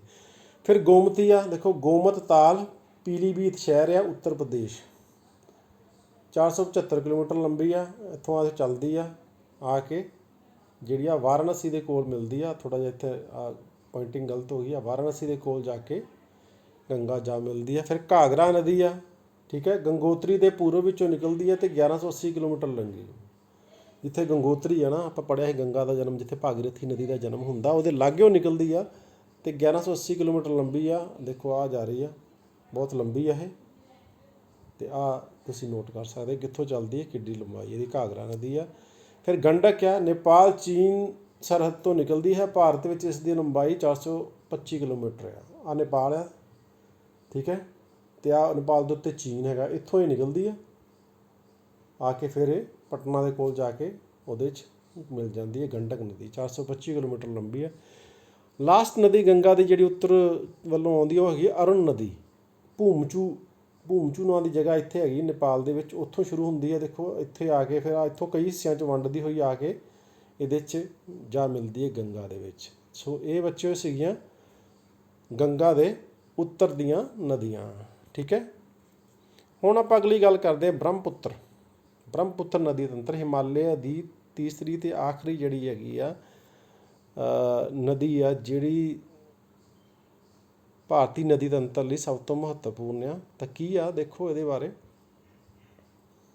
ਇੱਥੇ ਇਹਦਾ ਜਨਮ ਹੁੰਦਾ ਮਾਨਸਰੋਵਰ ਝੀਲ, ਤੁਹਾਨੂੰ ਪਹਿਲਾਂ ਦੱਸਿਆ ਸੀ। ਮਾਨਸਰੋਵਰ ਝੀਲ ਦੇ ਵਿੱਚੋਂ ਇੱਕ ਸਿੰਧ ਨਿਕਲਦੀ ਹੈ, ਇੱਕ ਸਤਲੁਜ ਨਿਕਲਦੀ ਹੈ, ਤੀਜੀ ਇਹ ਬ੍ਰਹਮਪੁੱਤਰ ਨਦੀ ਨਿਕਲਦੀ ਆ। ਚੀਮਾ ਯੁੰਗਡੁੰਗ ਆ ਨਾਂ ਲਿਖਿਆ, ਇਹ ਗਲੇਸ਼ੀਅਰ ਦਾ ਨਾਂ ਆ। ਉੱਥੇ ਗਲੇਸ਼ੀਅਰ ਕੀ ਹੁੰਦਾ, ਜਿੱਥੇ ਬਰਫ਼ ਹੁੰਦੀ, ਬਹੁਤ ਜ਼ਿਆਦਾ ਬਰਫ਼ ਹੁੰਦੀ, ਉਹਨੂੰ ਆਪਾਂ ਗਲੇਸ਼ੀਅਰ ਕਹਿੰਦੇ ਹਾਂ।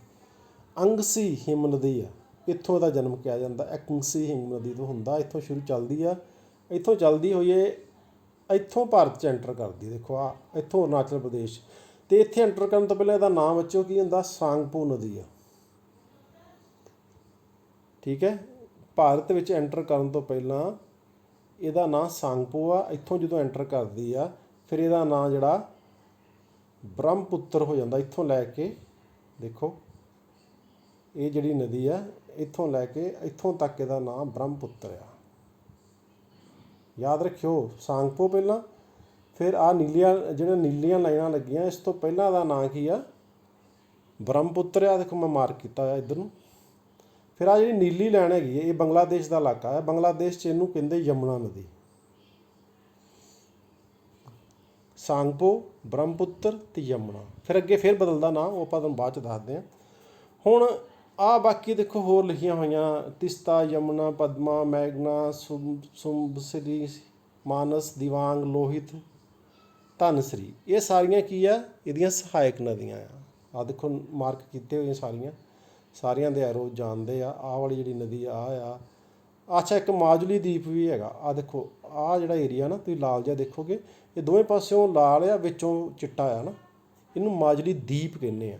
ਇਹ ਕੀ ਆ, ਦੀਪ ਦਾ ਮਤਲਬ ਹੁੰਦਾ ਜਿਹਦੇ ਚਾਰੇ ਪਾਸੇ ਪਾਣੀ ਹੋਏ। ਇਹਦੇ ਵਿੱਚ ਇੱਕ ਜਗ੍ਹਾ ਆ ਮਾਜੁਲੀ ਨਾਂ ਦੀ, ਇਹਦੇ ਜਿਹੜੀ ਇੱਥੋਂ ਬ੍ਰਹਮਪੁੱਤਰ ਆ ਉਹ ਇਸ ਇੱਧਰੋਂ ਘੁੰਮ ਜਾਂਦੀ ਹੈ, ਅੱਧੀ ਇੱਧਰੋਂ ਘੁੰਮ ਜਾਂਦੀ ਹੈ। ਇਹ ਮਾਜੁਲੀ ਦੀਪ ਆ, ਇਹਨੂੰ ਆਪਾਂ ਨਦੀ ਦੀਪ ਕਹਿੰਦੇ ਆ। ਕੁਐਸਚਨ ਕਈ ਵਾਰੀ ਆ ਜਾਂਦਾ ਆ, ਸੰਸਾਰ ਦਾ ਸਭ ਤੋਂ ਵੱਡਾ ਨਦੀ ਦੀਪ ਜਿਹੜਾ ਨਦੀ ਵੱਲੋਂ ਬਣਾਇਆ ਗਿਆ ਦੀਪ ਆ ਉਹ ਕਿਹੜਾ ਆ, ਤਾਂ ਇਹ ਨਾਂ ਯਾਦ ਰੱਖਣਾ, ਮਾਜੁਲੀ ਨਦੀ ਦੀਪ ਆ। ਇਹ ਅਸਾਮ ਦੇ ਵਿੱਚ ਆ, ਅਤੇ ਇਹ ਕੌਣ ਬਣਾਉਂਦਾ ਹੈ, ਬ੍ਰਹਮਪੁੱਤਰ ਬਣਾਉਂਦੀ ਆ, ਠੀਕ ਹੈ ਬੱਚਿਓ। ਅਤੇ ਆਹ ਦੇਖੋ ਇੱਥੋਂ ਆਪਾਂ ਗੱਲ ਕਰਦੇ ਸੀ, ਇੱਥੇ ਦਾ ਨਾਂ ਹੋ ਜਾਂਦਾ ਯਮੁਨਾ ਨਦੀ, ਠੀਕ ਹੈ। ਆਹ ਜਿਹੜੀ ਇੱਧਰੋਂ ਆ ਰਹੀ ਹੈ ਨਾ, ਆਹ ਦੇਖੋ ਇਹ ਗੰਗਾ ਆ। ਗੰਗਾ ਜਦੋਂ ਇੱਥੋਂ ਆਹ ਸਾਰਾ ਏਰੀਆ ਜਿਹੜਾ ਨਾ ਇਹ ਹੈਗਾ ਬੰਗਲਾਦੇਸ਼ ਦਾ, ਇਹ ਸਾਡਾ ਹਿੱਸਾ ਨਹੀਂ ਗਾ। ਆਹ ਗੰਗਾ ਜਦੋਂ ਇੱਥੋਂ ਐਂਟਰ ਕਰਦੀ ਇਹਦਾ ਨਾਂ ਪਦਮਾ ਹੋ ਜਾਂਦਾ, ਬ੍ਰਹਮਪੁੱਤਰ ਇੱਥੋਂ ਐਂਟਰ ਕਰਦੀ ਇਹਦਾ ਨਾਂ ਯਮੁਨਾ ਹੋ ਜਾਂਦਾ, ਠੀਕ ਹੈ। ਇੱਕ ਹੋਰ ਨਦੀ ਜਿਹੜੀ ਆ ਇੱਧਰ ਆਉਂਦੀ, ਇਹਦਾ ਨਾਮ ਮੇਘਨਾ ਆ। ਅਤੇ ਜਦੋਂ ਇਹ ਦੋਵੇਂ ਇੱਥੇ ਰਲ ਜਾਂਦੀਆਂ ਨਾ ਇਕੱਠੀਆਂ, ਠੀਕ ਹੈ ਨਾ, ਅੱਗੇ ਜਦੋਂ ਐਂਡ 'ਚ ਇਹਨੇ ਜਾ ਕੇ ਡਿੱਗਣਾ ਆ ਬੰਗਾਲ ਦੀ ਖਾੜੀ 'ਚ, ਗੰਗਾ ਅਤੇ ਜਦੋਂ ਬ੍ਰਹਮਪੁੱਤਰ ਜਦੋਂ ਰਲਦੀਆਂ, ਅਤੇ ਆਹ ਦੇਖੋ ਆਹ ਜਿਹੜਾ ਬਣਿਆ ਇਹ ਸਾਰਾ ਸੁੰਦਰਬਨ ਦਾ ਡੇਲਟਾ ਆ। ਸੰਸਾਰ ਦਾ ਸਭ ਤੋਂ ਵੱਡਾ ਡੇਲਟਾ ਸੁੰਦਰਬਨ ਦਾ ਡੇਲਟਾ। ਨਕਸ਼ੇ 'ਚ ਭਰਨਾ ਹੋਵੇ ਅਤੇ ਇਸ ਤਰ੍ਹਾਂ ਕਰਕੇ ਤੁਸੀਂ ਭਰ ਸਕਦੇ ਹੋ, ਠੀਕ ਹੈ। ਇੱਥੇ ਆ ਕੇ ਇਹ ਇੱਦਾਂ ਰਲ ਜਾਂਦੀਆਂ, ਅੱਗਿਓਂ ਇਹਦਾ ਨਾਮ ਮੇਘਨਾ ਹੋ ਜਾਂਦਾ। ਬੰਗਾਲ ਦੀ ਖਾੜੀ ਵਿੱਚ ਡਿੱਗਣ ਤੋਂ ਪਹਿਲਾਂ ਗੰਗਾ ਅਤੇ ਬ੍ਰਹਮਪੁੱਤਰ ਜਦੋਂ ਮਿਲ ਕੇ ਅੱਗੇ ਵੱਧਦੀਆਂ ਆ ਤਾਂ ਉਹਦਾ ਨਾਮ ਮੇਘਨਾ ਹੋ ਜਾਂਦਾ ਆ। ਫਿਰ ਨਾ ਉਹ ਗੰਗਾ ਹੁੰਦੀ ਨਾ ਉਹ ਬ੍ਰਹਮਪੁੱਤਰ ਹੁੰਦੀ, ਉਹਦਾ ਨਾਮ ਮੇਘਨਾ ਹੋ ਜਾਂਦਾ। ਇਹ ਵੀ ਬੱਚੋ ਯਾਦ ਕਰਨ ਵਾਲੀ ਜ਼ਰੂਰੀ ਗੱਲ ਹੈ। ਕੁਛ ਇੰਪੋਰਟੈਂਟ ਗੱਲਾਂ ਨੋਟ ਕਰਨ ਵਾਲੀਆਂ। ਮਾਨਸਰੋਵਰ ਦੇ ਕੋਲ ਚੀਮਾ ਯੁੰਗਡੁੰਗ ਗਲੇਸ਼ੀਅਰ ਵਿੱਚੋਂ ਸ਼ੁਰੂਆਤ ਹੈ। ਮਰੀਮ ਲਾਦਰਾ ਬ੍ਰਹਮਪੁੱਤਰ ਅਤੇ ਸਤਲੁਜ ਨੂੰ ਅਲੱਗ ਕਰਦੀ ਹੈ।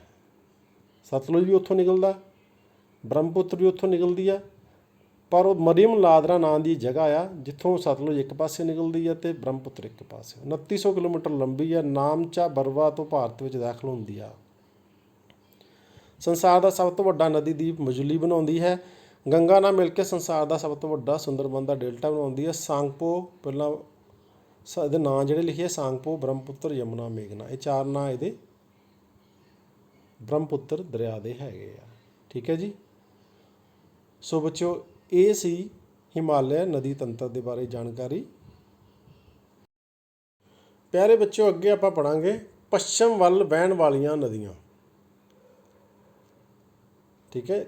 ਹੁਣ ਇਹ ਨਦੀਆਂ ਉਹ ਆ ਜਿਹੜੀਆਂ ਸਾਰੀਆਂ ਬੰਗਾਲ ਦੀ ਖਾੜੀ ਵਿੱਚ ਡਿੱਗਦੀਆਂ, ਜਿਹੜੀਆਂ ਆਪਾਂ ਪੜ੍ਹੀਆਂ ਹਿਮਾਲਿਆ ਦੀਆਂ ਨਾ।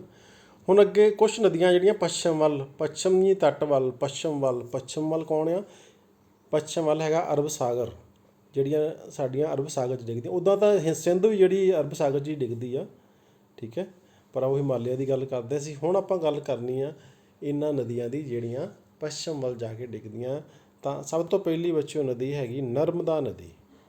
ਹੁਣ ਇਹ ਮੱਧ ਪ੍ਰਦੇਸ਼, ਦੇਖੋ ਤੁਹਾਨੂੰ ਮੈਂ ਕਿਹਾ ਸੀਗਾ ਨਾ ਵੀ ਬੱਚਿਓ ਆਪਾਂ ਨੂੰ ਜੇਕਰ ਇਹ ਪਤਾ ਹੋਊਗਾ ਨਾ ਵੀ ਕਿਹੜੇ ਰਾਜ ਦੀ ਗੱਲ ਕਰਦੇ ਆ ਤਾਂ ਮੱਧ ਪ੍ਰਦੇਸ਼ ਦੀ ਗੱਲ ਕਰਦੇ। ਪਹਿਲਾਂ ਆਪਾਂ ਇਸ ਤੋਂ ਆ ਜਿਹੜਾ ਉੱਪਰਲੇ ਇਲਾਕੇ ਦੀ ਗੱਲ ਕੀਤੀ ਸਾਰੀ ਆਪਣੀ। ਆਹ ਦੇਖੋ ਉੱਤਰ ਪ੍ਰਦੇਸ਼, ਬਿਹਾਰ, ਝਾਰਖੰਡ ਦੀ ਗੱਲ ਕੀਤੀ ਨਾ। ਹੁਣ ਨਰਮਦਾ ਨਦੀ ਦੀ ਗੱਲ ਕਰਦੇ ਹਾਂ। ਆਹ ਦੇਖੋ ਜਗ੍ਹਾ ਹੈਗੀ ਆ ਅਮਰਕੰਟਕ। ਅਮਰਕੰਟਕ ਉਸ ਤੋਂ ਪਹਿਲਾਂ ਹੋਰ ਦੇਖ ਲਓ ਤੁਸੀਂ, ਆਹ ਸਤਪੁੜਾ ਦੇਖੋ, ਭੂਰਾ ਲਿਖਿਆ ਨਾ, ਸਤਪੁੜਾ ਜਿਹੜੇ ਪਹਾੜ ਹੈਗੇ ਆ, ਸਤਪੁੜਾ ਦੇ ਪਹਾੜ ਇਹਨੂੰ ਕਹਿੰਦੇ ਆ। ਉੱਪਰ ਵਿੰਧਿਆਚਲ ਦੇ ਪਹਾੜ ਹੈਗੇ, ਵਿੰਧਿਆਚਲ ਪਰਬਤ ਇਹਨੂੰ ਕਹਿੰਦੇ ਆ। ਠੀਕ ਹੈ। ਮੱਧ ਪ੍ਰਦੇਸ਼ ਦੇ ਵਿੱਚ ਹੀ ਆ। ਹੁਣ ਤੁਹਾਨੂੰ ਇਹ ਵੀ ਸੌਖਾ ਹੋ ਗਿਆ ਨਕਸ਼ੇ ਵਿੱਚ ਭਰਨਾ ਵੀ ਕਿੱਥੇ ਜਿਹੜਾ ਆਪਾਂ ਜਿਹੜਾ ਹੈ ਆਪਣਾ ਸਤਪੁੜਾ ਦਾ ਪਹਾੜ ਅਤੇ ਵਿੰਧਿਆਚਲ ਪਹਾੜ ਜਿਹੜਾ ਉਹਨੂੰ ਭਰ ਸਕਦੇ ਹਾਂ। ਹੁਣ ਇਹ ਸ਼ੁਰੂ ਹੁੰਦੀ ਆ ਅਮਰਕੰਟਕ ਤੋਂ। ਆਹ ਦੇਖੋ ਆਹ ਚੱਲਦੀ ਆ ਰਹੀ ਆ ਪਹਾੜ ਦੇ ਵਿੱਚੋਂ, ਸਤਪੁੜਾ ਦੀਆਂ ਪਹਾੜੀਆਂ 'ਚੋਂ ਨਿਕਲਦੀ। ਸਤਪੁੜਾ ਦਾ ਮਤਲਬ 7 ਪਹਾੜੀਆਂ ਦਾ ਜੋੜ ਆ, ਤਾਂ ਸਤਪੁੜਾ ਕਹਿੰਦੇ ਉਹਨੂੰ। ਫਿਰ ਐਂ ਚੱਲਦੀ ਅੱਗਿਓਂ ਆ ਪਹਿਲਾਂ ਮੱਧ ਪ੍ਰਦੇਸ਼ 'ਚੋਂ ਨਿਕਲਦੀ ਆ, ਫਿਰ ਆ ਮਹਾਰਾਸ਼ਟਰ ਦੀ ਹੱਦ 'ਤੇ ਪਹੁੰਚਦੀ ਆ, ਮਹਾਰਾਸ਼ਟਰ ਤੋਂ ਗੁਜਰਾਤ ਵਿੱਚ, ਅਤੇ ਗੁਜਰਾਤ ਦੇ ਵਿੱਚੋਂ ਇੱਥੋਂ ਆ ਕੇ ਇਹ ਐਸਚੁਰੀ ਬਣਾਉਂਦੀ ਹੋਈ ਗਲਫ ਆਫ ਖੰਬਾਤ ਯਾਨੀ ਅਰਬ ਸਾਗਰ ਦੇ ਵਿੱਚ ਜਾ ਕੇ ਡਿੱਗਦੀ ਹੈ। ਠੀਕ ਹੈ ਨਾ। ਐਸਚੁਰੀ ਅਤੇ ਡੇਲਟਾ ਦੀ ਗੱਲ ਦੱਸੀ ਸੀ। ਡੇਲਟਾ ਜਿਹੜਾ ਹੁੰਦਾ ਨਾ ਬੱਚੇ, ਜਿਵੇਂ ਆਹ ਨਦੀ ਆਉਂਦੀ ਪਈ ਆ, ਉਹ ਇੱਧਰ ਨੂੰ ਐ ਕਈ ਹਿੱਸਿਆਂ 'ਚ ਬਣ ਜਾਂਦਾ, ਉਹਨੂੰ ਡੇਲਟਾ ਕਹਿੰਦੇ ਆ। ਜਦੋਂ ਨਦੀ ਸਿੱਧੀ ਜਾ ਕੇ ਇੱਕੋ ਜਗ੍ਹਾ ਤੋਂ ਸਿੱਧੀ ਥੱਲੇ ਡਿੱਗਦੀ ਆ ਨਾ, ਸਾਈਡਾਂ 'ਤੇ ਨਹੀਂ ਫੈਲਦੀ, ਉਹਨੂੰ ਐਸਚੁਰੀ ਕਹਿੰਦੇ ਹਾਂ ਅਸੀਂ। ਤਾਂ ਜਿਹੜੀ ਨਰਮਦਾ ਨਦੀ ਐਸਚੁਰੀ ਬਣਾਉਂਦੀ, ਕੋਈ ਵਾਰੀ ਕੁਐਸਚਨ ਆ ਜਾਂਦਾ ਵੀ ਕਿਹੜੀ ਨਦੀ ਜਿਹੜੀ ਆ ਐਸਚੁਰੀ ਬਣਾਉਂਦੀ ਆ, ਤਾਂ ਨਰਮਦਾ ਆ ਜਾਊਗੀ ਅਤੇ ਤਾਪਤੀ ਆ ਜਾਊਗੀ। ਠੀਕ ਹੈ ਜੀ। ਤਾਂ ਇਹ ਆ ਨਰਮਦਾ ਨਦੀ। ਇਹਦੀ ਲੰਬਾਈ ਹੈਗੀ ਹੈ 1312 ਕਿਲੋਮੀਟਰ ਲੰਬੀ ਹੈਗੀ ਹੈ। ਸਤਪੁੜਾ ਤੋਂ ਸ਼ੁਰੂ ਹੁੰਦੀ ਆ। ਨੈਕਸਟ ਹੈਗੀ ਹੈ ਤਾਪਤੀ ਜਾਂ ਤਾਪੀ ਨਦੀ। ਆ ਦੇਖੋ ਉੱਪਰ ਹੈਗੀ ਆ ਨਰਮਦਾ। ਤਾਪਤੀ ਨਦੀ ਇੱਥੋਂ ਸ਼ੁਰੂ ਹੁੰਦੀ ਮੁਲਤਈ ਤੋਂ। ਇਹ ਵੀ ਸਤਪੁੜਾ ਦੀਆਂ ਪਹਾੜੀਆਂ ਤੋਂ ਸ਼ੁਰੂ ਹੁੰਦੀ ਹੈ। ਇੱਥੋਂ ਸ਼ੁਰੂ ਹੁੰਦੀ ਮੱਧ ਪ੍ਰਦੇਸ਼ ਤੋਂ ਅੱਗੇ ਐਂਟਰ ਕਰਦੀ ਮਹਾਰਾਸ਼ਟਰ 'ਚੋਂ ਗੁਜਰਾਤ ਤੋਂ ਅਰਬ ਸਾਗਰ। 740 ਕਿਲੋਮੀਟਰ ਲੰਬੀ। ਨੈਕਸਟ ਹੈ ਬੱਚਿਓ ਮਾਹੀ ਨਦੀ। ਇਹ ਵਿੰਧਿਆਚਲ ਪਰਬਤ ਤੋਂ ਸ਼ੁਰੂ ਹੁੰਦੀ ਆ। ਵਿੰਧਿਆਚਲ ਤੋਂ ਸ਼ੁਰੂ ਹੋ ਕੇ ਪਿੱਛੇ ਨੂੰ ਮੱਧ ਪ੍ਰਦੇਸ਼ 'ਚੋਂ ਰਾਜਸਥਾਨ ਨੂੰ ਜਾਂਦੀ, ਰਾਜਸਥਾਨ ਤੋਂ ਗੁਜਰਾਤ ਜਾਂਦੀ ਹੈ, ਗੁਜਰਾਤ ਤੋਂ ਅਰਬ ਸਾਗਰ 'ਚ ਡਿੱਗਦੀ ਆ। 580 ਕਿਲੋਮੀਟਰ ਲੰਬੀ ਆ। ਠੀਕ ਹੈ ਜੀ। ਅੱਗੇ ਆ ਸਾਬਰਮਤੀ ਨਦੀ। ਸਾਬਰਮਤੀ ਨਦੀ ਜਿਹੜੀ ਆ ਉਹ ਸ਼ੁਰੂ ਹੁੰਦੀ ਆ ਇੱਥੋਂ, ਆ ਦੇਖੋ ਰਾਜਸਥਾਨ ਦੇ ਵਿੱਚੋਂ। ਇਹ ਅਰਾਵਲੀ ਪਰਬਤ ਇੱਕ ਹੋਰ ਆ ਗਏ ਆ। ਆਹ ਅਰਾਵਲੀ ਪਰਬਤ ਆ, ਇਹ ਰਾਜਸਥਾਨ ਦੇ ਵਿੱਚ ਆ। ਆਹ ਦੇਖੋ ਸਤਪੁੜਾ ਆ ਵਿੰਧਿਆਚਲ ਆ, ਆਹ ਅਰਾਵਲੀ ਆ। ਨਕਸ਼ੇ ਵਿੱਚ ਭਰਨ 'ਚ ਆਸਾਨੀ ਹੋ ਜਾਊਗੀ ਜੇ ਧਿਆਨ ਨਾਲ ਦੇਖੋਗੇ, ਧਿਆਨ ਨਾਲ ਇਹਨੂੰ ਸਮਝੋਗੇ। ਤਾਂ ਅਰਾਵਲੀ ਪਰਬਤ ਤੋਂ ਨਿਕਲਦੀ ਆ ਇਹ ਰਾਜਸਥਾਨ ਤੋਂ ਗੁਜਰਾਤ ਤੋਂ ਅਰਬ ਸਾਗਰ। ਇਹ ਆ ਸਾਬਰਮਤੀ ਨਦੀ। ਇਹਦੀ ਲੰਬਾਈ ਨਹੀਂ ਲਿਖੀ ਹੋਈ, ਲੰਬਾਈ ਤੁਸੀਂ ਆਪ ਚੈੱਕ ਕਰਕੇ ਲੱਭ ਲਿਓ। ਇਹ ਸੀ ਪੱਛਮ ਦੀਆਂ ਨਦੀਆਂ। 4 ਨਦੀਆਂ ਦੀ ਗੱਲ ਕੀਤੀ ਆਪਾਂ। 4 ਨਦੀਆਂ ਦੇਖੋ, ਹਿਮਾਲਿਆ ਦੀਆਂ 3 ਨਦੀਆਂ ਸੀ, ਸਿੰਧ, ਗੰਗਾ ਅਤੇ ਬ੍ਰਹਮਪੁੱਤਰ ਹੈ। ਪੱਛਮ ਵੱਲ ਨੂੰ ਜਿਹੜੀਆਂ ਨਦੀਆਂ ਵਹਿਣ ਵਾਲੀਆਂ ਨਦੀਆਂ ਕਿਹੜੀਆਂ ਸੀ? ਨਰਮਦਾ, ਤਾਪੀ, ਮਾਹੀ ਅਤੇ ਸਾਬਰਮਤੀ। ਨਾਂ ਯਾਦ ਰੱਖਿਓ ਮੇਨ। ਉੱਦਾਂ ਤਾਂ ਬੱਚਿਓ ਸਾਡੇ ਭਾਰਤ ਦੇ ਵਿੱਚ ਇੰਨੀਆਂ ਕੁ ਨਦੀਆਂ ਨਾ, ਆਪਾਂ ਸਾਰੇ ਨਾਂ ਯਾਦ ਨਹੀਂ ਰੱਖ ਸਕਦੇ, ਕਿਉਂਕਿ ਛੋਟੀਆਂ ਸਹਾਇਕ ਨਦੀਆਂ ਬਹੁਤ ਹੈਗੀਆਂ ਜਿਹੜੀਆਂ ਵੱਡੀਆਂ ਨਦੀਆਂ ਜਾ ਮਿਲਦੀਆਂ। ਆਪਾਂ ਸਾਰਿਆਂ ਨੂੰ ਜਾਣਕਾਰੀ ਜਿਹੜੀ ਉਹ ਨਹੀਂ ਰੱਖ ਸਕਦੇ। ਆਪਾਂ ਮੁੱਖ ਨਦੀਆਂ ਬਾਰੇ ਹੀ ਪੜ੍ਹਾਂਗੇ ਵੀ ਕਿੱਡੀ ਲੰਬਾਈ ਹੈ, ਕਿੱਥੋਂ ਸ਼ੁਰੂ ਹੁੰਦੀਆਂ, ਕਿਹੜੇ ਰਾਜ 'ਚੋਂ ਨਿਕਲਦੀਆਂ। ਇਹ 4 ਚੀਜ਼ਾਂ ਸਾਨੂੰ ਪਤਾ ਹੋਣੀਆਂ ਚਾਹੀਦੀਆਂ। ਠੀਕ ਹੈ ਜੀ। ਜੇ ਇਹਨਾਂ ਦੇ ਉੱਤੇ ਕੋਈ ਇੰਪੋਰਟੈਂਟ ਡੈਮ ਆ ਜਾਂ ਕੋਈ ਹੋਰ ਗੱਲ ਹੈਗੀ ਉਹ ਆਪਾਂ ਯਾਦ ਰੱਖਣੀ। ਹੁਣ ਅੱਗੇ ਕਿ ਪੂਰਬ ਵੱਲ ਵਹਿਣ ਵਾਲੀਆਂ ਨਦੀਆਂ। ਹੁਣ ਅੱਗੇ ਆਪਾਂ ਕੀਤਾ ਸੀ ਆਹ ਪੱਛਮ ਵਾਲੇ ਪਾਸੇ, ਹੁਣ ਆਹ ਪੂਰਬ ਵਾਲਾ ਪਾਸਾ ਆ, ਠੀਕ ਹੈ ਜੀ। ਆਹ ਪੱਛਮੀ ਤੱਟ ਆ ਹਰਾ ਹਰਾ, ਆਹ ਪੂਰਬੀ ਤੱਟ ਆ। ਇੱਧਰ ਨੂੰ ਵਹਿਣ ਵਾਲੀਆਂ ਨਦੀਆਂ ਕਰਨੀਆਂ ਆਪਾਂ ਨਾ। ਸਭ ਤੋਂ ਪਹਿਲਾਂ ਹੈਗਾ ਮਹਾਨਦੀ। ਮਹਾਨਦੀ ਛੱਤੀਸਗੜ੍ਹ ਤੋਂ ਨਿਕਲਦੀ ਆ। ਦੇਖੋ ਦੰਡ ਕਾਰਨੇ ਨਾਂ ਦੀ ਜਗ੍ਹਾ ਮੈਂ ਲਿਖਿਆ ਹੋਇਆ ਪੰਜਾਬੀ 'ਚ, ਦੰਡ ਕਾਰਨੇ ਨਾਂ ਦੀ ਜਗ੍ਹਾ ਤੋਂ ਇਹਦਾ ਜਨਮ ਹੁੰਦਾ ਆ। ਫਿਰ ਛੱਤੀਸਗੜ੍ਹ 'ਚੋਂ ਹੁੰਦੀ ਹੋਈ ਅੱਗੇ ਜਾ ਕੇ ਉੜੀਸਾ ਦੇ ਵਿੱਚ ਨਿਕਲਦੀ ਹੈ। ਅਤੇ ਇੱਥੇ ਬੱਚੇ ਇੱਕ ਡੈਮ ਹੈ, ਦੇਖੋ ਹੀਰਾਕੁੱਡ ਲਿਖਿਆ ਹੋਇਆ। ਮੈਂ ਹੀਰਾਕੁੱਡ ਬਾਰੇ ਲਿਖਿਆ, ਸੰਸਾਰ ਦਾ ਸਭ ਤੋਂ ਲੰਮਾ ਡੈਮ ਆ ਹੀਰਾਕੁੱਡ ਡੈਮ। 4.8 ਕਿਲੋਮੀਟਰ ਯਾਨੀ ਤਕਰੀਬਨ 5 ਕਿਲੋਮੀਟਰ ਲੰਬਾ ਡੈਮ ਆ। ਇਹ ਕਿਹੜੀ ਨਦੀ 'ਤੇ ਬਣਿਆ ਹੋਇਆ? ਇਹ ਹੀਰਾਕੁੱਡ ਨਦੀ 'ਤੇ ਆ, ਠੀਕ ਹੈ। ਬਹੁਮੁਖੀ ਯੋਜਨਾਵਾਂ ਇਹਦੀਆਂ, ਇਹਦੇ ਵਿੱਚ ਬਹੁਤ ਕੁਛ ਜਿਹੜਾ ਆ ਪਾਣੀ ਜਿਹੜਾ ਉਹ ਮੱਛੀਆਂ ਵੀ ਪਾਲੀਆਂ ਜਾਂਦੀਆਂ, ਬਿਜਲੀ ਵੀ ਬਣਾਈ ਜਾਂਦੀ ਆ, ਪਰਯਟਨ ਸੈਂਟਰ ਵੀ ਹੈਗਾ ਆ, ਠੀਕ ਹੈ। ਹੋਰ ਬਹੁਤ ਸਾਰਾ ਜਿਹੜਾ ਕੰਮ ਇਹਦੇ ਤੋਂ ਲਿਆ ਜਾਂਦਾ ਆ ਇਸ ਨਦੀ ਤੋਂ, ਮਹਾਨਦੀ ਤੋਂ। ਫਿਰ ਠੀਕ ਹੈ, ਛੱਤੀਸਗੜ੍ਹ ਤੋਂ ਨਿਕਲਦੀ ਆ, ਉੜੀਸਾ 'ਚੋਂ ਹੁੰਦੀ ਹੋਈ 857 ਕਿਲੋਮੀਟਰ ਲੰਬੀ ਆ ਅਤੇ ਬੰਗਾਲ ਦੀ ਖਾੜੀ ਦੇ ਵਿੱਚ ਜਾ ਕੇ ਡਿੱਗਦੀ ਆ। ਇਹ ਮਹਾਨਦੀ ਆ। ਗੋਦਾਵਰੀ ਨਦੀ ਆ। ਗੋਦਾਵਰੀ ਨਦੀ ਆ, ਦੇਖੋ ਤ੍ਰਿੰਬਕੇਸ਼ਵਰ ਨਾਂ ਦੀ ਜਗ੍ਹਾ ਆ। ਆਹ ਹੈਗਾ ਪੱਛਮੀ ਘਾਟ ਦੀਆਂ ਪਹਾੜੀਆਂ 'ਚੋਂ ਤ੍ਰਿੰਬਕੇਸ਼ਵਰ ਤੋਂ ਨਿਕਲ। ਹੁਣ ਦੇਖੋ ਜੀ ਇੱਧਰ ਅਰਬ ਸਾਗਰ ਲੱਗ ਗਏ ਆ, ਪਰ ਇਹ ਐਂ ਨੂੰ ਨਹੀਂ ਵਹਿੰਦੀ, ਇਹ ਉਲਟਾ ਚੱਲਦੀ, ਇੱਧਰ ਨੂੰ ਚੱਲਦੀ ਹੋਈ। ਦੇਖੋ ਮਹਾਰਾਸ਼ਟਰ 'ਚੋਂ ਨਿਕਲਦੀ ਆ। ਮਹਾਰਾਸ਼ਟਰ 'ਚੋਂ ਨਿਕਲ ਕੇ ਅੱਗੇ ਫਿਰ ਆਉਂਦੀ ਹੈ ਤੇਲੰਗਾਨਾ 'ਚ। ਤੇਲੰਗਾਨਾ ਦੇ ਵਿੱਚੋਂ ਫਿਰ ਮਹਾਰਾਸ਼ਟਰ ਦੀ ਹੱਦ ਦੇ ਵਿੱਚ ਜਾਂਦੀ ਆ, ਠੀਕ ਹੈ। ਅੱਗਿਓਂ ਫਿਰ ਤੇਲੰਗਾਨਾ ਅਤੇ ਛੱਤੀਸਗੜ੍ਹ ਦੀ ਹੱਦ ਦੇ ਨਾਲ ਹੁੰਦੀ ਹੋਈ ਅੱਗਿਓਂ ਇੱਥੋਂ ਜਿਹੜਾ ਆ ਇਹ ਜਾ ਡਿੱਗਦੀ ਆ ਗੋਦਾਵਰੀ ਨਦੀ, ਜਿਹੜੀ ਅਰਬ ਸਾਗਰ ਆਪਣਾ ਬੰਗਾਲ ਦੀ ਖਾੜੀ 'ਚ ਡਿੱਗਦੀ। 1465 ਕਿਲੋਮੀਟਰ ਲੰਬੀ। ਅੱਛਾ, ਇੱਕ ਕੁਐਸਚਨ ਬੱਚੇ ਹੋਰ ਵੀ ਆਉਂਦਾ ਕਈ ਵਾਰ ਤੁਹਾਨੂੰ ਵੀ ਗੋਦਾਵਰੀ ਨੂੰ ਦੱਖਣ ਦੀ ਬੁੱਢੀ ਗੰਗਾ ਕਿਉਂ ਕਿਹਾ ਜਾਂਦਾ ਨਾ।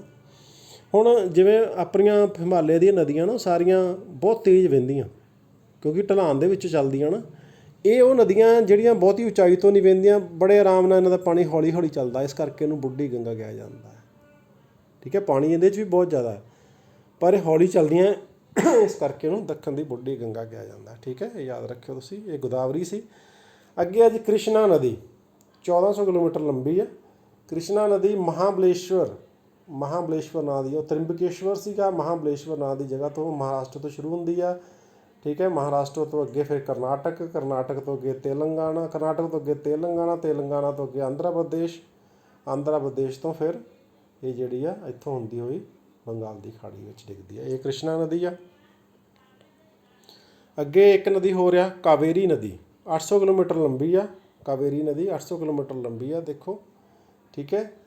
ਫਿਰ ਤਾਲੇਕਵਰ ਨਾਂ ਦੀ ਜਗ੍ਹਾ 'ਚ ਇੱਥੋਂ ਸ਼ੁਰੂ ਹੁੰਦੀ ਆ, ਇੱਥੋਂ ਫਿਰ ਅੱਗੇ ਮੈਸੂਰ ਨੂੰ ਜਾਂਦੀ ਹੈ। ਇੱਥੇ ਸ਼੍ਰੀ ਰੰਗਾਪਟਨਮ ਨਾਂ ਦੀ ਜਗ੍ਹਾ ਆ। ਇੱਥੇ ਟੀਪੂ ਸੁਲਤਾਨ ਦੀ ਆਪਾਂ ਕਈ ਵਾਰੀ ਗੱਲ ਸੁਣੀ, ਟੀਪੂ ਸੁਲਤਾਨ ਦਾ ਕਿਲ੍ਹਾ ਵਿੱਚੋਂ ਇਸ ਜਗ੍ਹਾ ਦੇ ਉੱਤੇ ਹੀ ਆ। ਫਿਰ ਇੱਥੋਂ ਅੱਗੋਂ ਘੁੰਮਦੀ ਹੋਈ ਦੇਖੋ ਅੱਗੇ ਕਰਨਾਟਕ ਤੋਂ ਬਾਅਦ 'ਚ ਜਾਂਦੀ ਤਮਿਲਨਾਡੂ ਤੋਂ ਬਾਅਦ 'ਚ ਬੰਗਾਲ ਦੀ ਖਾੜੀ 'ਚ ਜਾ ਕੇ ਡਿੱਗਦੀ ਆ। ਇਹ ਆ ਸਾਡੀ ਕਾਵੇਰੀ ਨਦੀ, ਠੀਕ ਹੈ। ਸੋ ਇਹ ਸੀਗੀਆਂ ਪੂਰਬ ਵੱਲ ਵਹਿਣ ਵਾਲੀਆਂ ਨਦੀਆਂ, ਠੀਕ ਹੈ। ਮਹਾਨਦੀ, ਗੋਦਾਵਰੀ, ਕ੍ਰਿਸ਼ਨਾ ਅਤੇ ਕਾਵੇਰੀ, 4 ਨਦੀਆਂ ਇਹਦੇ 'ਚ ਆ ਜਾਂਦੀਆਂ। ਹੁਣ ਤੱਟ ਦੀਆਂ ਪ੍ਰਮੁੱਖ ਨਦੀਆਂ। ਤੱਟ ਕਿਹੜੇ ਆ? ਤੱਟ ਜਿਵੇਂ ਤੱਟ ਮਤਲਬ ਜਿਹੜਾ ਸਮੁੰਦਰ ਦੇ ਨਾਲ ਨਾਲ ਜਿਹੜਾ ਤੱਟੀ ਇਲਾਕਾ ਨਿਕਲਦਾ, ਕਿਨਾਰਾ ਲੱਗਦਾ, ਉਹਦੇ ਨਾਲ। ਇਹ ਆਪਾਂ ਡਿਟੇਲ ਦੇ ਵਿੱਚ ਨਹੀਂ ਕਰਾਂਗੇ। ਇਹ ਜੋ ਵੀ ਹੈਗਾ ਮਹਾਰਾਸ਼ਟਰ, ਜਿਵੇਂ ਪਹਿਲਾਂ ਇਕੱਲੇ ਰਾਜ ਦੀ ਬਾਰੇ ਗੱਲ ਕਰਦੇ ਜਾਵਾਂਗੇ। ਮਹਾਰਾਸ਼ਟਰ ਦੀਆਂ ਪ੍ਰਮੁੱਖ ਨਦੀਆਂ ਦੇਖੋ ਦਿੱਤੀਆਂ ਹੋਈਆਂ। ਮਹਾਰਾਸ਼ਟਰ ਆ ਸਾਰਾ, ਆਹ ਤੱਟੀ ਇਲਾਕਾ ਮਹਾਰਾਸ਼ਟਰ ਦਾ ਆਹ ਵਾਲਾ ਆਉਂਦਾ, ਜਿਹੜਾ ਅਰਬ ਸਾਗਰ ਦੇ ਨਾਲ ਲੱਗਦਾ। ਇਹ 'ਚ ਕਿਹੜੀਆਂ? ਤਾਪਤੀ, ਗੋਦਾਵਰੀ, ਵਿਲੋਮਾ, ਮਨੇਰ, ਪੂਰਨਾ, ਮੰਜਰ, ਟੁਰਨਾ, ਭੀਮਾ, ਇਹ ਪ੍ਰਮੁੱਖ ਨਦੀਆਂ ਵਿੱਚ ਦਿੱਤੀਆਂ। ਬਹੁਤ ਸਾਰੀਆਂ ਉੱਦਾਂ ਦੇਖੋ ਸਾਰੀਆਂ ਨਦੀਆਂ ਆ ਜਿੰਨੀਆਂ ਵੀ ਹਰੀਆਂ ਨੀਲੀਆਂ ਅਣਗਿਣਤ ਜਿਹਨੂੰ ਕਹਿੰਦੇ ਆ ਆਪਾਂ। ਇਹ ਇੰਨੀਆਂ ਆਪਾਂ ਸਾਰੀਆਂ ਨਹੀਂ ਯਾਦ ਰੱਖ ਸਕਦੇ ਨਾ, ਮੁੱਖ ਆਪਾਂ ਵਿੱਚ ਰੱਖੀਆਂ ਹੋਈਆਂ। ਇੱਦਾਂ ਹੀ ਗੋਆ ਦੀਆਂ ਛਪਰਾ, ਮਾਪੂਸਾ, ਜੁਆਰੀ, ਮਹਦਈ, ਮੰਡੋਵੀ। ਮਹਾਰਾਸ਼ਟਰ ਤੋਂ ਥੱਲੇ ਗੋਆ ਆਉਂਦਾ। ਨੀਲੀਆਂ ਸਾਰੀਆਂ ਜਿਹੜੀਆਂ ਨਾ ਬੱਚਿਓ ਇਹ ਕੀ ਹੈਗੀਆਂ? ਇਹ ਸਾਰੀਆਂ ਨਦੀਆਂ ਆ। ਇੱਦਾਂ ਕਰਨਾਟਕਾ ਦੀਆਂ, ਗੋਆ ਤੋਂ ਥੱਲੇ ਕਰਨਾਟਕ ਆਉਂਦਾ। ਕਰਨਾਟਕ ਦੀਆਂ ਨੀਲੀਆਂ ਨਦੀਆਂ ਸਾਰੀਆਂ ਜਿਹੜੀਆਂ ਕ੍ਰਿਸ਼ਨਾ, ਕਾਵੇਰੀ, ਤੁੰਗਭਦਰਾ, ਨੇਟਰਾਵਤੀ, ਕਾਲੀ ਨਦੀ, ਸ਼ੇਰਾਵਤੀ, ਕੁਮਾਰਾ, ਧਾਰ, ਘਾਤਪ੍ਰਭਾ, ਭਦਰਾ। ਇੱਦਾਂ ਹੀ ਕੇਰਲ ਦੀਆਂ ਦਿੱਤੀਆਂ ਹੋਈਆਂ ਦੇਖੋ, ਚੰਦਰਾਗਿਰੀ, ਕੂਪਮ, ਵਲਾਪਤਨਮ, ਪੇਰੀਆਰ, ਮੀਨਾਚਿਲ, ਪੰਬਿਆਰ, ਪੁਨਾਨੀ। ਇਹ ਸਾਰੀਆਂ ਯਾਦ ਕਰਨੀਆਂ ਥੋੜ੍ਹੀਆਂ ਔਖੀਆਂ ਬੱਚਿਓ, ਬਟ ਚਲੋ ਤੁਹਾਨੂੰ ਜਾਣਕਾਰੀ ਹੋਣੀ ਚਾਹੀਦੀ ਹੈ ਵੀ ਇੰਨੀਆਂ ਨਦੀਆਂ ਸਾਡੇ ਜਿਹੜੀਆਂ ਇਕੱਲੇ ਇਕੱਲੇ ਰਾਜ ਦੇ ਵਿੱਚ ਹੈ। ਤਮਿਲਨਾਡੂ ਦੀਆਂ ਪ੍ਰਮੁੱਖ ਨਦੀਆਂ ਕਾਵੇਰੀ, ਪਲਾਰ, ਵੇਗਈ, ਵਸਿਸ਼ਟ, ਸੁਦੇਤਾ, ਬਲਿਆਰ, ਅਮਰਾਵਤੀ। ਇਹ ਸਾਰੇ ਤੱਟ ਦੇ ਇਲਾਕੇ ਆ। ਇੱਦਾਂ ਹੀ ਉੜੀਸਾ ਦੀਆਂ ਨਦੀਆਂ ਦੇਖੋ ਲਿਖੇ, ਬਾਮਨੀ, ਸ਼ੰਖ, ਬਸਾਧਾਰਾ, ਇੰਦਰਾਊ, ਸਬਰੀ। ਪੱਛਮੀ ਬੰਗਾਲ ਦੀਆਂ ਗੰਗਾ, ਦਮੋਦਰ, ਸਿਲਾਈ, ਕਸਈ, ਹੁਗਲੀ। ਆਹ ਪੱਛਮੀ ਬੰਗਾਲ ਸਾਰਾ, ਠੀਕ ਹੈ। ਆਹ ਇਲਾਕਾ ਜਿਹੜਾ ਇਹਦਾ ਬੰਗਾਲ ਦੀ ਖਾੜੀ ਨਾਲ ਲੱਗਦਾ, ਠੀਕ ਹੈ। ਸੋ ਇਹ ਤੁਹਾਨੂੰ ਸਾਰੀਆਂ ਦੱਸਦੀਆਂ ਵੀ ਤੱਟ ਦੀਆਂ ਨਦੀਆਂ ਕਿਹੜੀਆਂ ਆ। ਤੱਟ ਦੀਆਂ ਨਦੀਆਂ ਕਿਉਂਕਿ ਛੋਟੀ ਛੋਟੀਆਂ ਨਦੀਆਂ ਆ, ਔਰ ਇਹ ਬੱਚਿਓ ਤੱਟ ਦੀਆਂ ਨਦੀਆਂ ਦੀ ਇੱਕ ਖਾਸ ਵਿਸ਼ੇਸ਼ਤਾ ਗੱਲ ਹੈ ਵੀ ਇਹ ਸਾਰਾ ਸਾਲ ਨਹੀਂ ਵਹਿੰਦੀਆਂ। ਇਹ 'ਚੋਂ ਕੁਛ ਨਦੀਆਂ ਜਿਹੜੀਆਂ ਸਾਰਾ ਸਾਲ ਵਹਿੰਦੀਆਂ ਸਾਰਾ, ਕਿਉਂਕਿ ਜਦੋਂ ਮਾਨਸੂਨ ਪਾਉਣਾ ਇੱਥੋਂ ਚੱਲਦੀਆਂ ਸਮੁੰਦਰ ਤੋਂ, ਅਰਬ ਸਾਗਰ ਤੋਂ ਉੱਤਰ ਵਾਲੇ ਪਾਸੇ ਨੂੰ ਚੱਲਦੀਆਂ, ਤਾਂ ਸ਼ੁਰੂ ਹੁੰਦੀਆਂ ਉਦੋਂ ਬਰਸਾਤ ਕਰਦੀਆਂ, ਵਾਪਸੀ ਫਿਰ ਸਾਰਾ ਸਾਲ ਬਰਸਾਤ ਕਰਦੀਆਂ। ਫਿਰ ਸਾਰਾ ਸਾਲ ਨਹੀਂ, ਜਦੋਂ ਮਾਨਸੂਨ ਦਾ ਟਾਈਮ ਹੁੰਦਾ ਜੂਨ ਤੋਂ ਲੈ ਕੇ ਸਤੰਬਰ ਤੱਕ, ਉਦੋਂ ਬਰਸਾਤ ਹੁੰਦੀ। ਫਿਰ ਜਦੋਂ ਉੱਧਰੋਂ ਵਾਪਸ ਆਉਂਦੀਆਂ ਮਾਨਸੂਨ ਪਾਉਣਾ, ਫਿਰ ਬਰਸਾਤ ਹੁੰਦੀ। ਯਾਨੀ ਅਕਤੂਬਰ ਨਵੰਬਰ ਤੱਕ ਇੱਥੇ ਮੀਂਹ ਪੈਂਦਾ ਰਹਿੰਦਾ, ਅਤੇ ਇੰਨਾ ਚਿਰ ਹੀ ਇਹ ਨਦੀਆਂ ਚੱਲਦੀਆਂ ਆ। ਇਹ ਬਰਸਾਤੀ ਨਦੀਆਂ ਆ, ਅਤੇ ਜਦੋਂ ਬਰਸਾਤ ਮੁੱਕ ਜਾਂਦੀ ਹੈ ਇਹ ਨਦੀਆਂ ਵੀ ਸਮਾਪਤ ਹੋ ਜਾਂਦੀਆਂ ਤਕਰੀਬਨ ਸਾਰੀਆਂ। ਅੱਗੇ ਅੰਦਰੂਨੀ ਨਦੀ ਤੰਤਰ। ਹੁਣ ਪਹਿਲਾਂ ਇਹ ਪਤਾ ਹੋਣਾ ਚਾਹੀਦਾ ਵੀ ਅੰਦਰੂਨੀ ਨਦੀ ਤੰਤਰ ਹੈ ਕੀ ਆ। ਉਹ ਨਦੀਆਂ ਜਿਹੜੀਆਂ ਭਾਰਤ ਦੇ ਵਿੱਚੋਂ ਬਾਹਰ ਨਹੀਂ ਨਿਕਲਦੀਆਂ, ਭਾਰਤ ਦੇ ਅੰਦਰ ਹੀ ਸਮਾਪਤ ਹੋ ਜਾਂਦੀਆਂ ਆ, ਉਹ ਅੰਦਰੂਨੀ ਨਦੀ ਤੰਤਰ 'ਚ ਆਉਂਦੀਆਂ ਆ। ਬਹੁਤ ਸਾਰੀਆਂ ਲੱਦਾਖ ਦੀਆਂ ਵੀ ਨਦੀਆਂ ਹੈਗੀਆਂ ਜਿਹੜੀਆਂ ਵਹਿੰਦੀਆਂ ਵਹਿੰਦੀਆਂ ਹੀ ਖਤਮ ਹੋ ਜਾਂਦੀਆਂ। ਜਿਵੇਂ ਆਹ ਦੇਖੋ ਘੱਗਰ ਦਾ ਉਦਾਹਰਨ ਦਿੱਤਾ ਆ, ਆਹ ਘੱਗਰ ਆ, ਘੱਗਰ ਦਰਿਆ, ਇਹ ਪੰਜਾਬ ਦਾ ਉਦਾਹਰਨ ਦਿੱਤਾ ਆ। ਇਹ 465 ਕਿਲੋਮੀਟਰ ਲੰਬੀ ਆ, ਅਤੇ ਸ਼ਿਵਾਲਿਕ ਤੋਂ ਪਹਾੜੀਆਂ ਤੋਂ ਸ਼ੁਰੂ ਹੁੰਦੀ ਆ। ਆਹ ਦੇਖੋ ਕਿੰਨੇ ਸ਼ੁਰੂ ਹੁੰਦੀ ਅਤੇ ਇੱਥੇ ਆ ਕੇ ਖਤਮ ਹੋ ਜਾਂਦੀ, ਠੀਕ ਹੈ। ਬਰਸਾਤਾਂ ਸ਼ੁਰੂ ਹੁੰਦੀ 465 ਕਿਲੋਮੀਟਰ ਲੰਬੀ ਆ, ਆਹ ਸਮੁੰਦਰ ਤੱਕ ਨਹੀਂ ਪਹੁੰਚਦੀ। ਇੱਦਾਂ ਆ ਲੂਨੀ ਹੈਗੀ ਇੱਕ, ਇਹ ਵੀ ਜਿਹੜੀ ਆ ਇੱਥੋਂ ਸ਼ੁਰੂ ਹੁੰਦੀ ਆ ਅਤੇ ਇੱਥੇ ਜਿਹੜਾ ਗੁਜਰਾਤ ਦਾ ਰਨ ਆਫ ਕੱਛ ਆ ਉਹਦੇ ਦਲਦਲੀ ਇਲਾਕੇ 'ਚ ਖਤਮ ਹੋ ਜਾਂਦੀ ਆ, ਸਮੁੰਦਰ ਤੱਕ ਨਹੀਂ ਪਹੁੰਚੀ। ਇਹਨਾਂ ਦਰਿਆਵਾਂ ਨੂੰ ਅਸੀਂ ਅੰਦਰੂਨੀ ਨਦੀ ਤੰਤਰ ਕਹਿੰਦੇ ਹਾਂ। ਦੇਖੋ ਰਾਜਸਥਾਨ ਵਿੱਚ ਅਜਮੇਰ ਅਤੇ ਪੁਸ਼ਕਰ ਘਾਟੀ ਕੋਲ ਦੀ ਹੁੰਦੀ ਹੋਈ ਰਨ ਆਫ ਕੱਛ ਦੇ ਦਲਦਲੀ ਇਲਾਕੇ 'ਚ ਕਿਹੜੀ ਆ, ਲੂਨੀ ਨਦੀ ਆ। ਦੇਖੋ ਇੱਥੇ ਖਤਮ ਹੋ ਜਾਂਦੀ ਹੈ, ਇਹ ਲੂਨੀ ਨਦੀ ਜਿਹੜੀ ਹੈਗੀ, ਠੀਕ ਹੈ। ਇਹ ਵੀ ਅੰਦਰੂਨੀ ਨਦੀ ਤੰਤਰ ਦਾ ਹਿੱਸਾ ਹੈ। ਹੁਣ ਅੱਗੇ ਆ ਆਪਾਂ ਨਾ ਇਹਨਾਂ ਨੂੰ ਕਿਹਨਾਂ ਨੂੰ ਭਲਾ ਹਿਮਾਲਿਆ ਦੀਆਂ ਨਦੀਆਂ ਅਤੇ ਪ੍ਰਾਇਦੀਪੀ ਨਦੀਆਂ ਨੂੰ ਮਿਲਾ ਕੇ ਦੇਖਣਾ ਆ, ਇਹਨਾਂ 'ਚ ਅੰਤਰ ਦੇਖਣਾ ਕੀ ਫਰਕ ਹੈ। ਪਹਿਲਾ ਹੈਗਾ ਵੀ ਇਹ ਪਹਾੜਾਂ 'ਚੋਂ ਨਿਕਲਦੀਆਂ ਹਿਮਾਲਿਆ ਦੇ, ਉਹ ਪ੍ਰਾਇਦੀਪੀ ਪਠਾਰ 'ਚੋਂ ਨਿਕਲਦੀਆਂ ਸਾਨੂੰ ਪਤਾ। ਦੂਜਾ ਉਹਦੇ ਜਲਤੰਤਰ ਵੱਡੇ ਆ, ਜਿਹਦੇ ਵਿੱਚ ਬਹੁਤ ਜ਼ਿਆਦਾ ਨਦੀਆਂ ਅਤੇ ਬਹੁਤ ਪਾਣੀ ਆਉਂਦਾ ਉਹਨਾਂ 'ਚ, ਹਿਮਾਲਿਆ ਵਾਲੀਆਂ 'ਚ। ਇਹ ਬਰਸਾਤੀ ਹੁੰਦੀਆਂ ਤਕਰੀਬਨ, ਹੈ ਨਾ। ਬਰਫ਼ ਵਾਲਾ ਤਾਂ ਕੰਮ ਹੀ ਇੱਥੇ ਕੋਈ ਬਹੁਤ ਘੱਟ ਆ, ਕਿਤੇ ਕਿਤੇ ਹੋ ਸਕਦਾ। ਤਾਂ ਇਹਨਾਂ ਦਾ ਜਿਹੜਾ ਜਲਤੰਤਰ ਛੋਟਾ ਆ, ਸਾਰਾ ਸਾਲ ਪਾਣੀ ਨਾਲ ਭਰੀਆਂ ਰਹਿੰਦੀਆਂ, ਅਤੇ ਇਹ ਮੌਸਮੀ ਆ, ਬਰਸਾਤਾਂ ਦੇ ਦੌਰਾਨ ਹੀ ਆਉਂਦੀਆਂ ਪ੍ਰਾਇਦੀਪੀ ਜਿਹੜੀਆਂ। ਗਹਿਰੀਆਂ ਖੱਡਾਂ ਵਿੱਚ ਵਹਿੰਦੀਆਂ ਕਿਉਂਕਿ ਪਾਣੀ ਤੇਜ਼ ਹੁੰਦਾ, ਪਾਣੀ ਤੇਜ਼ ਹੋਣ ਕਰਕੇ ਜ਼ਮੀਨ ਦੇ ਹੇਠਾਂ ਕਟਾਅ ਹੁੰਦਾ ਰਹਿੰਦਾ। ਕੱਟਣ ਦੇ ਨਾਲ ਜਿਹੜਾ ਆ ਉਹ ਖੱਡਾਂ ਬਣਦੀਆਂ ਜਾਂਦੀਆਂ, ਡੂੰਘੀਆਂ ਹੋਈ ਜਾਂਦੀਆਂ। ਇਹ ਜ਼ਿਆਦਾ ਡੂੰਘੀਆਂ ਨਹੀਂ ਹੁੰਦੀਆਂ, ਚੌੜੀਆਂ ਜ਼ਿਆਦਾ ਹੁੰਦੀਆਂ। ਕਾਰਨ ਕੀ ਆ, ਕਿਉਂਕਿ ਪਾਣੀ ਤੇਜ਼ ਨਹੀਂ ਵਹਿੰਦਾ ਨਾ। ਫਿਰ ਨਦੀਆਂ ਜਵਾਨ ਅਵਸਥਾ ਵਿੱਚ ਹਨ ਹਿਮਾਲਿਆ ਦੀਆਂ, ਅਤੇ ਇਹ ਬੁੱਢੀ ਅਵਸਥਾ ਵਿੱਚ ਹਨ। ਕਿਉਂਕਿ ਹੌਲੀ ਚੱਲਦੀਆਂ। ਇਹ ਨਦੀਆਂ ਡੇਲਟਾ ਬਣਾਉਂਦੀਆਂ ਹੈ। ਹਿਮਾਲਿਆ ਦੀਆਂ ਸਾਰੀਆਂ ਨਦੀਆਂ ਡੇਲਟਾ ਬਣਾਉਂਦੀਆਂ, ਜਦਕਿ ਗੋਦਾਵਰੀ, ਕ੍ਰਿਸ਼ਨਾ, ਕਾਵੇਰੀ ਨਦੀਆਂ ਜਿਹੜੀਆਂ ਪੂਰਬ ਦੇ ਤੱਟ ਵੱਲ ਨੂੰ ਵਹਿੰਦੀਆਂ ਉਹ ਡੇਲਟਾ ਬਣਾਉਂਦੀਆਂ, ਜਿਹੜੀਆਂ ਪੱਛਮ ਵੱਲ ਵਹਿੰਦੀਆਂ ਉਹ ਐਸਚੂਰੀ ਬਣਾਉਂਦੀਆਂ। ਮੈਂ ਤੁਹਾਨੂੰ ਐਸਚੂਰੀ ਦੀ ਗੱਲ ਪਹਿਲਾਂ ਵੀ ਦੱਸ ਚੁੱਕਿਆ, ਇਹ ਇਹਨਾਂ 'ਚ ਅੰਤਰ ਆ। ਅੱਗੇ ਭਾਰਤ ਦੀਆਂ ਝੀਲਾਂ, ਇਹ ਲਾਸਟ ਹਿੱਸਾ ਆ ਭਾਰਤੀ ਨਦੀ ਤੰਤਰ ਦਾ। ਝੀਲਾਂ, ਪ੍ਰਮੁੱਖ ਝੀਲਾਂ ਦੀ ਗੱਲ ਕਰਨੀ ਆ ਆਪਾਂ ਹੁਣ। ਇਹਦੇ ਵਿੱਚ ਵੀ ਬੱਚਿਓ ਜੇਕਰ ਤੁਹਾਨੂੰ ਸਟੇਟਸ ਦਾ ਪਤਾ ਹੈ ਤਾਂ ਫਿਰ, ਕਿਉਂਕਿ ਸਾਰਾ ਨਕਸ਼ਾ ਨਹੀਂ ਹੋਣਾ, ਦੇਖੋ ਥੱਲੇ ਸਾਰਾ ਨਕਸ਼ਾ ਬਣਿਆ ਹੋਇਆ। ਹੁਣ ਇਹਦੇ ਵਿੱਚ ਉੱਪਰ ਕੀ ਆ, ਇਹ ਜੰਮੂ ਕਸ਼ਮੀਰ ਦੀ ਗੱਲ ਕੀਤੀ ਹੋਈ ਹੈ। ਇਹ ਪੁਰਾਣਾ ਜੰਮੂ ਕਸ਼ਮੀਰ ਹੈ, ਜਿਹਦੇ ਵਿੱਚ ਲੱਦਾਖ ਵੱਖਰਾ ਨਹੀਂ ਕੱਢਿਆ। ਇਹ 'ਚ ਦੋ ਆ, ਇੱਕ ਡਲ ਲੇਕ ਹੈ ਅਤੇ ਵੁਲਰ ਲੇਕ ਆ। ਇਹਦੀ ਆਪਾਂ ਗੱਲ ਕੀਤੀ। ਸਿੰਧ ਨਦੀ ਜਿਹੜੀ ਇੱਥੋਂ ਦੇ ਲਾਗਿਓਂ ਦੀ ਹੁੰਦੀ ਨਿਕਲਦੀ ਆ, ਅਤੇ ਵੁਲਰ ਲੇਕ ਤੋਂ ਪਾਣੀ ਜਿਹੜਾ ਆ ਅੱਗੋਂ ਇਹ ਜਾ ਕੇ ਪਾਕਿਸਤਾਨ 'ਚ ਦਾਖਲ ਹੁੰਦੀ ਆ। ਤਾਂ ਵੁਲਰ ਲੇਕ ਜਿਹੜੀ ਆ ਫਰੈਸ਼ ਵਾਟਰ ਲੇਕ ਹੈਗੀ, ਮਿੱਠੇ ਪਾਣੀ ਦੀ ਸਭ ਤੋਂ ਵੱਡੀ ਝੀਲ ਹੈਗੀ ਆ ਭਾਰਤ ਦੀ। ਡਲ ਲੇਕ ਜਿਹੜੀ ਹੈਗੀ ਆ, ਡਲ ਲੇਕ ਅਤੇ ਵੁਲਰ ਲੇਕ ਜਿਹੜੀ ਸਰਦੀਆਂ ਜੰਮ ਜਾਂਦੀਆਂ, ਯਾਨੀ ਬਰਫ਼ ਜੰਮ ਜਾਂਦੀ, ਇੰਨੀ ਠੰਡ ਇੱਥੇ ਪੈਂਦੀ ਹੈ। ਆਹ ਦੋ ਬਣੀਆਂ ਹੋਈਆਂ। ਨੈਕਸਟ ਰਾਜਸਥਾਨ ਦੀਆਂ ਝੀਲਾਂ Sambhar lake, Pushkar lake, Nakki lake. ਹੁਣ ਸਾਂਬਰ ਲੇਕ ਜਿਹੜਾ ਹੀ ਆ ਸੈਲਾਈਨ ਵਾਟਰ ਲਿਖਿਆ, ਖਾਰੇ ਪਾਣੀ ਦੀ ਝੀਲ ਹੈਗੀ ਆ ਭਾਰਤ ਦੀ ਸਾਂਬਰ ਲੇਕ, ਠੀਕ ਹੈ। ਦੇਖੋ ਰਾਜਸਥਾਨ ਇੱਥੇ ਆ। ਨੱਕੀ ਲੇਕ ਦੇ ਨਾਲ ਮਹਾਤਮਾ ਗਾਂਧੀ ਦੀ ਫੋਟੋ ਕਿਉਂ ਬਣੀ ਆ ਜੀ? ਨੱਕੀ ਲੇਕ ਦੇ ਨਾਲ ਮਹਾਤਮਾ ਗਾਂਧੀ ਦੀ ਕਿਉਂ ਫੋਟੋ ਬਣੀ ਆ?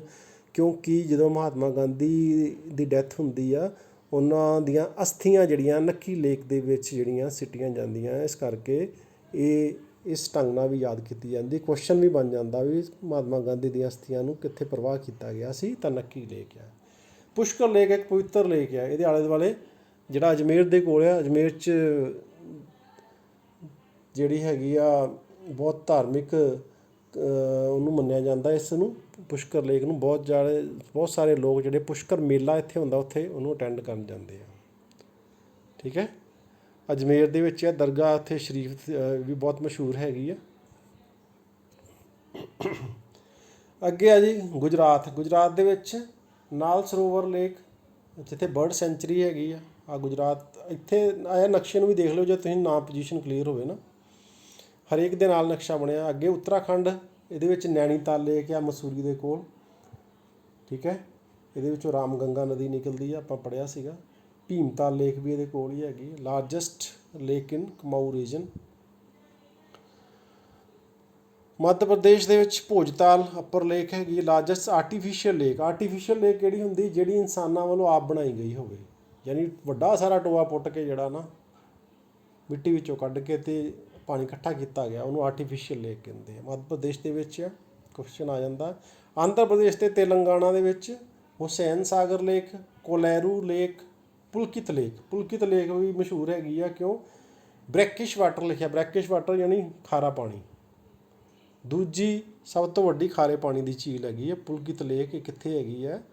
ਇਹ ਆਂਧਰਾ ਪ੍ਰਦੇਸ਼ ਤੇਲੰਗਾਨਾ ਦੇ ਵਿੱਚ ਆ। ਮਹਾਰਾਸ਼ਟਰ ਦੇ ਵਿੱਚ ਸਲੀਮ ਅਲੀ ਲੇਕ ਆ। ਲੇਕ ਦਾ ਮਤਲਬ ਝੀਲ, ਯਾਦ ਰੱਖਿਓ। ਝੀਲ ਕੀ ਹੁੰਦਾ? ਆਪਾਂ ਪੜ੍ਹਿਆ ਪਿਛਲੇ ਝੀਲ ਉਹ ਹੁੰਦਾ ਦੀ ਜਿਵੇਂ ਆਹ ਪਾਣੀ ਆ ਇਹਦੇ ਆਲੇ ਦੁਆਲੇ ਪਹਾੜ ਆ ਜਾਂ ਉੱਚੀ ਥਾਂ ਆ, ਇਹਦੇ ਵਿੱਚ ਪਾਣੀ ਆ ਸਕਦਾ, ਇਹਦੇ ਵਿੱਚੋਂ ਪਾਣੀ ਬਾਹਰ ਨਹੀਂ ਜਾਂਦਾ, ਉਹਨੂੰ ਅਸੀਂ ਝੀਲ ਕਹਿੰਦੇ ਹਾਂ। ਯਾਨੀ ਉੱਥੇ ਪਾਣੀ ਚੱਲਦਾ ਨਹੀਂ ਰਹਿੰਦਾ, ਜਿਵੇਂ ਦਰਿਆਵਾਂ ਦਾ ਪਾਣੀ ਇੱਦਾਂ ਚੱਲਦਾ ਵਗਦਾ ਰਹਿੰਦਾ ਨਾ, ਇੱਥੇ ਪਾਣੀ ਖੜਾ ਹੁੰਦਾ, ਇਹਨੂੰ ਝੀਲ ਕਹਿੰਦੇ, ਠੀਕ ਹੈ ਨਾ। ਹੁਣ ਇੱਕ ਆ ਗਈ ਕੰਵਰ ਲੇਕ, ਬਿਹਾਰ ਦੇ ਵਿੱਚ ਆ। ਇਹਨਾਂ ਲਿਖਿਆ ਏਸ਼ੀਆਜ਼ ਲਾਰਜੈਸਟ ਫਰੈਸ਼ ਵਾਟਰ ਆਕਸਬੋ ਲੇਕ। ਹੁਣ ਆਕਸਬੋ ਲੇਕ ਕੀ ਹੁੰਦੀ ਆ? ਬਣੀ ਹੋਈ ਹੈ, ਤੁਹਾਨੂੰ ਫਿਰ ਵੀ ਦੱਸਦਾ ਮੈਂ ਆਕਸਬੋ ਲੇਕ ਕੀ ਹੁੰਦੀ ਹੈ। ਆਹ ਦੇਖੋ, ਆਮ ਤੌਰ 'ਤੇ ਲੇਕ ਕੀ ਹੁੰਦੀ? ਜਿਵੇਂ ਆ ਵਿਚਕਾਰਲੇ ਏਰੀਏ 'ਚ ਜੇ ਪਾਣੀ ਹੋਵੇ ਉਹਨੂੰ ਲੇਕ ਕਹਿੰਦੇ। ਹੁਣ ਇਹ ਲੇਕ ਕੀ ਹੈਗੀ? ਸਾਈਡਾਂ 'ਤੇ ਨਦੀ ਵਾਂਗੂ ਐ ਲੰਬੀ ਆ। ਆਹ ਦੇਖੋ, ਇਹਨੂੰ ਅਸੀਂ ਆਕਸਬੋ ਲੇਕ ਕਹਿੰਦੇ। ਇਹਦੇ ਵਿੱਚ ਵੀ ਪਾਣੀ ਖੜਾ ਰਹਿੰਦਾ, ਇਹ ਪਾਣੀ ਚੱਲਦਾ ਨਹੀਂ ਹੈਗਾ, ਠੀਕ ਹੈ ਜੀ। ਤਾਂ ਇਹ ਜਿਹੜੀ ਆ ਯਾਦ ਰੱਖਿਓ, ਬਿਹਾਰ ਦੇ ਵਿੱਚ ਆਕਸਬੋ ਲੇਕ ਹੈਗੀ, ਉਹਦਾ ਨਾਂ ਆ ਕੰਵਰ ਲੇਕ। ਇਹਨੂੰ ਤੁਹਾਡੇ ਲਈ ਯਾਦ ਰੱਖਣਾ ਜ਼ਰੂਰੀ ਆ। ਨੈਕਸਟ ਹੈ ਜੀ ਕੇਰਲਾ ਦੇ ਵਿੱਚ ਵੈਂਬਾਨੰਦ ਲੇਕ, ਸਸਥਾ ਮਕੋਟਾ ਲੇਕ, ਪੈਰੀਆਰ ਲੇਕ। ਇਹ ਕੇਰਲਾ ਦੇ ਵਿੱਚ ਆ। ਕੇਰਲਾ ਦਾ ਇਲਾਕਾ ਦੇਖ ਲਓ ਕਿੱਥੇ ਆ। ਉੜੀਸਾ ਦੇ ਵਿੱਚ ਚਿਲਕਾ ਲੇਕ ਆ, ਲਾਰਜੈਸਟ ਕੋਸਟਲ ਲੈਗੂਨ, ਠੀਕ ਹੈ। ਸੈਕਿੰਡ ਲਾਰਜੈਸਟ ਲਗੂਨ ਲੇਕ ਹੈ, ਲਗੂਨ ਇਹਨੂੰ ਕਹਿੰਦੇ। ਲਗੂਨ ਆਹ ਦੇਖੋ, ਤੁਹਾਨੂੰ ਮੈਂ ਦੱਸਦਾ ਲਗੂਨ ਆਹ ਆ। ਲਗੂਨ ਦਾ ਮਤਲਬ ਕੀ ਆ? ਲਾਗੇ ਜਿਵੇਂ ਸਮੁੰਦਰ ਜਾਂ ਦਰਿਆ ਵਹਿੰਦਾ ਹੋਵੇ, ਉਹਦੇ ਇੱਕ ਖੂੰਜੇ 'ਚੋਂ ਪਾਣੀ ਐਂ ਇਹਦੇ ਵਿੱਚ ਆਈ ਜਾਵੇ, ਠੀਕ ਹੈ ਜੀ। ਯਾਨੀ ਆਹ ਲਾਗੇ ਕੋਈ ਦਰਿਆ ਵਹਿੰਦਾ, ਪਾਣੀ ਇੱਦਾਂ ਵਿੱਚ ਇਕੱਠਾ ਹੋ ਜਾਂਦਾ, ਅਤੇ ਉਹਨੂੰ ਅਸੀਂ ਲੈਗੂਨ ਕਹਿੰਦੇ ਆ। ਅਤੇ ਸੰਸਾਰ ਦਾ ਦੂਜਾ ਸਭ ਤੋਂ ਵੱਡਾ ਲੈਗੂਨ ਆ ਚਿਲਕਾ ਲੇਕ ਦੇ ਵਿੱਚ, ਠੀਕ ਹੈ। ਇਹਨੂੰ ਤੁਸੀਂ ਯਾਦ ਕਰ ਸਕਦੇ। ਇਹ ਸਮੁੰਦਰ ਦੇ ਨਾਲ ਆ, ਸਮੁੰਦਰ ਆ, ਜੇ ਸਮੁੰਦਰ ਦੀ ਛੱਲ ਇੱਥੇ ਆਉਂਦੀ, ਇੱਥੋਂ ਦੀ ਪਾਣੀ ਹੁੰਦਾ ਆ, ਇਹਦੇ ਵਿੱਚ ਇਹ ਇਕੱਠਾ ਹੁੰਦਾ। ਸਿੱਕਮ ਦੇ ਵਿੱਚ ਸੁਗਾਮੋ ਲੇਕ ਆ, ਮਨੀਪੁਰ ਦੇ ਵਿੱਚ ਲੋਕਟਕ ਲੇਕ ਆ, ਮੇਘਾਲਿਆ ਦੇ ਵਿੱਚ ਬਾਰਾਪਾਣੀ ਲੇਕ ਆ। ਤਾਂ ਇਹ ਸੀ ਸਾਡੀਆਂ ਲੇਕਸ। ਅਤੇ ਹੁਣ ਅੱਗੇ ਆ ਨਦੀਆਂ ਦਰਿਆਵਾਂ ਦੀ ਕੀ ਭੂਮਿਕਾ ਸਾਡੇ ਜੀਵਨ ਦੇ ਵਿੱਚ। ਸਿੰਧ ਘਾਟੀ ਦੀ ਸੱਭਿਅਤਾ ਦੇ ਬਾਰੇ ਆਪਾਂ ਸੁਣਿਆ ਹੋਇਆ। ਸਿੰਧ ਘਾਟੀ ਦੀ ਸੱਭਿਅਤਾ ਜਿਹੜੀ ਆ ਉਹ ਦਰਿਆਵਾਂ ਦੇ ਕੰਢਿਆਂ 'ਤੇ ਹੋਈ ਹੈ, ਕਿਉਂਕਿ ਪਾਣੀ ਤੋਂ ਬਿਨਾਂ ਗੁਜ਼ਾਰਾ ਨਹੀਂ ਸੀ। ਪਾਣੀ ਨਾਲ ਹੀ ਫਸਲਾਂ ਹੁੰਦੀਆਂ ਸੀ, ਪਾਣੀ ਨਾਲ ਹੀ ਜਿਹੜਾ ਆ ਇਨਸਾਨੀ ਜੀਵਨ ਚੱਲਦਾ ਆ। ਕਿਉਂਕਿ ਪੁਰਾਣੇ ਟਾਈਮ ਦੇ ਵਿੱਚ ਨਾ ਖੂਹ ਹੁੰਦੇ ਸੀ, ਨਾ ਨਲਕੇ ਹੁੰਦੇ ਸੀ, ਤਾਂ ਪਾਣੀ ਦਰਿਆਵਾਂ ਦਾ ਹੀ ਵਰਤਿਆ ਜਾਂਦਾ ਸੀਗਾ।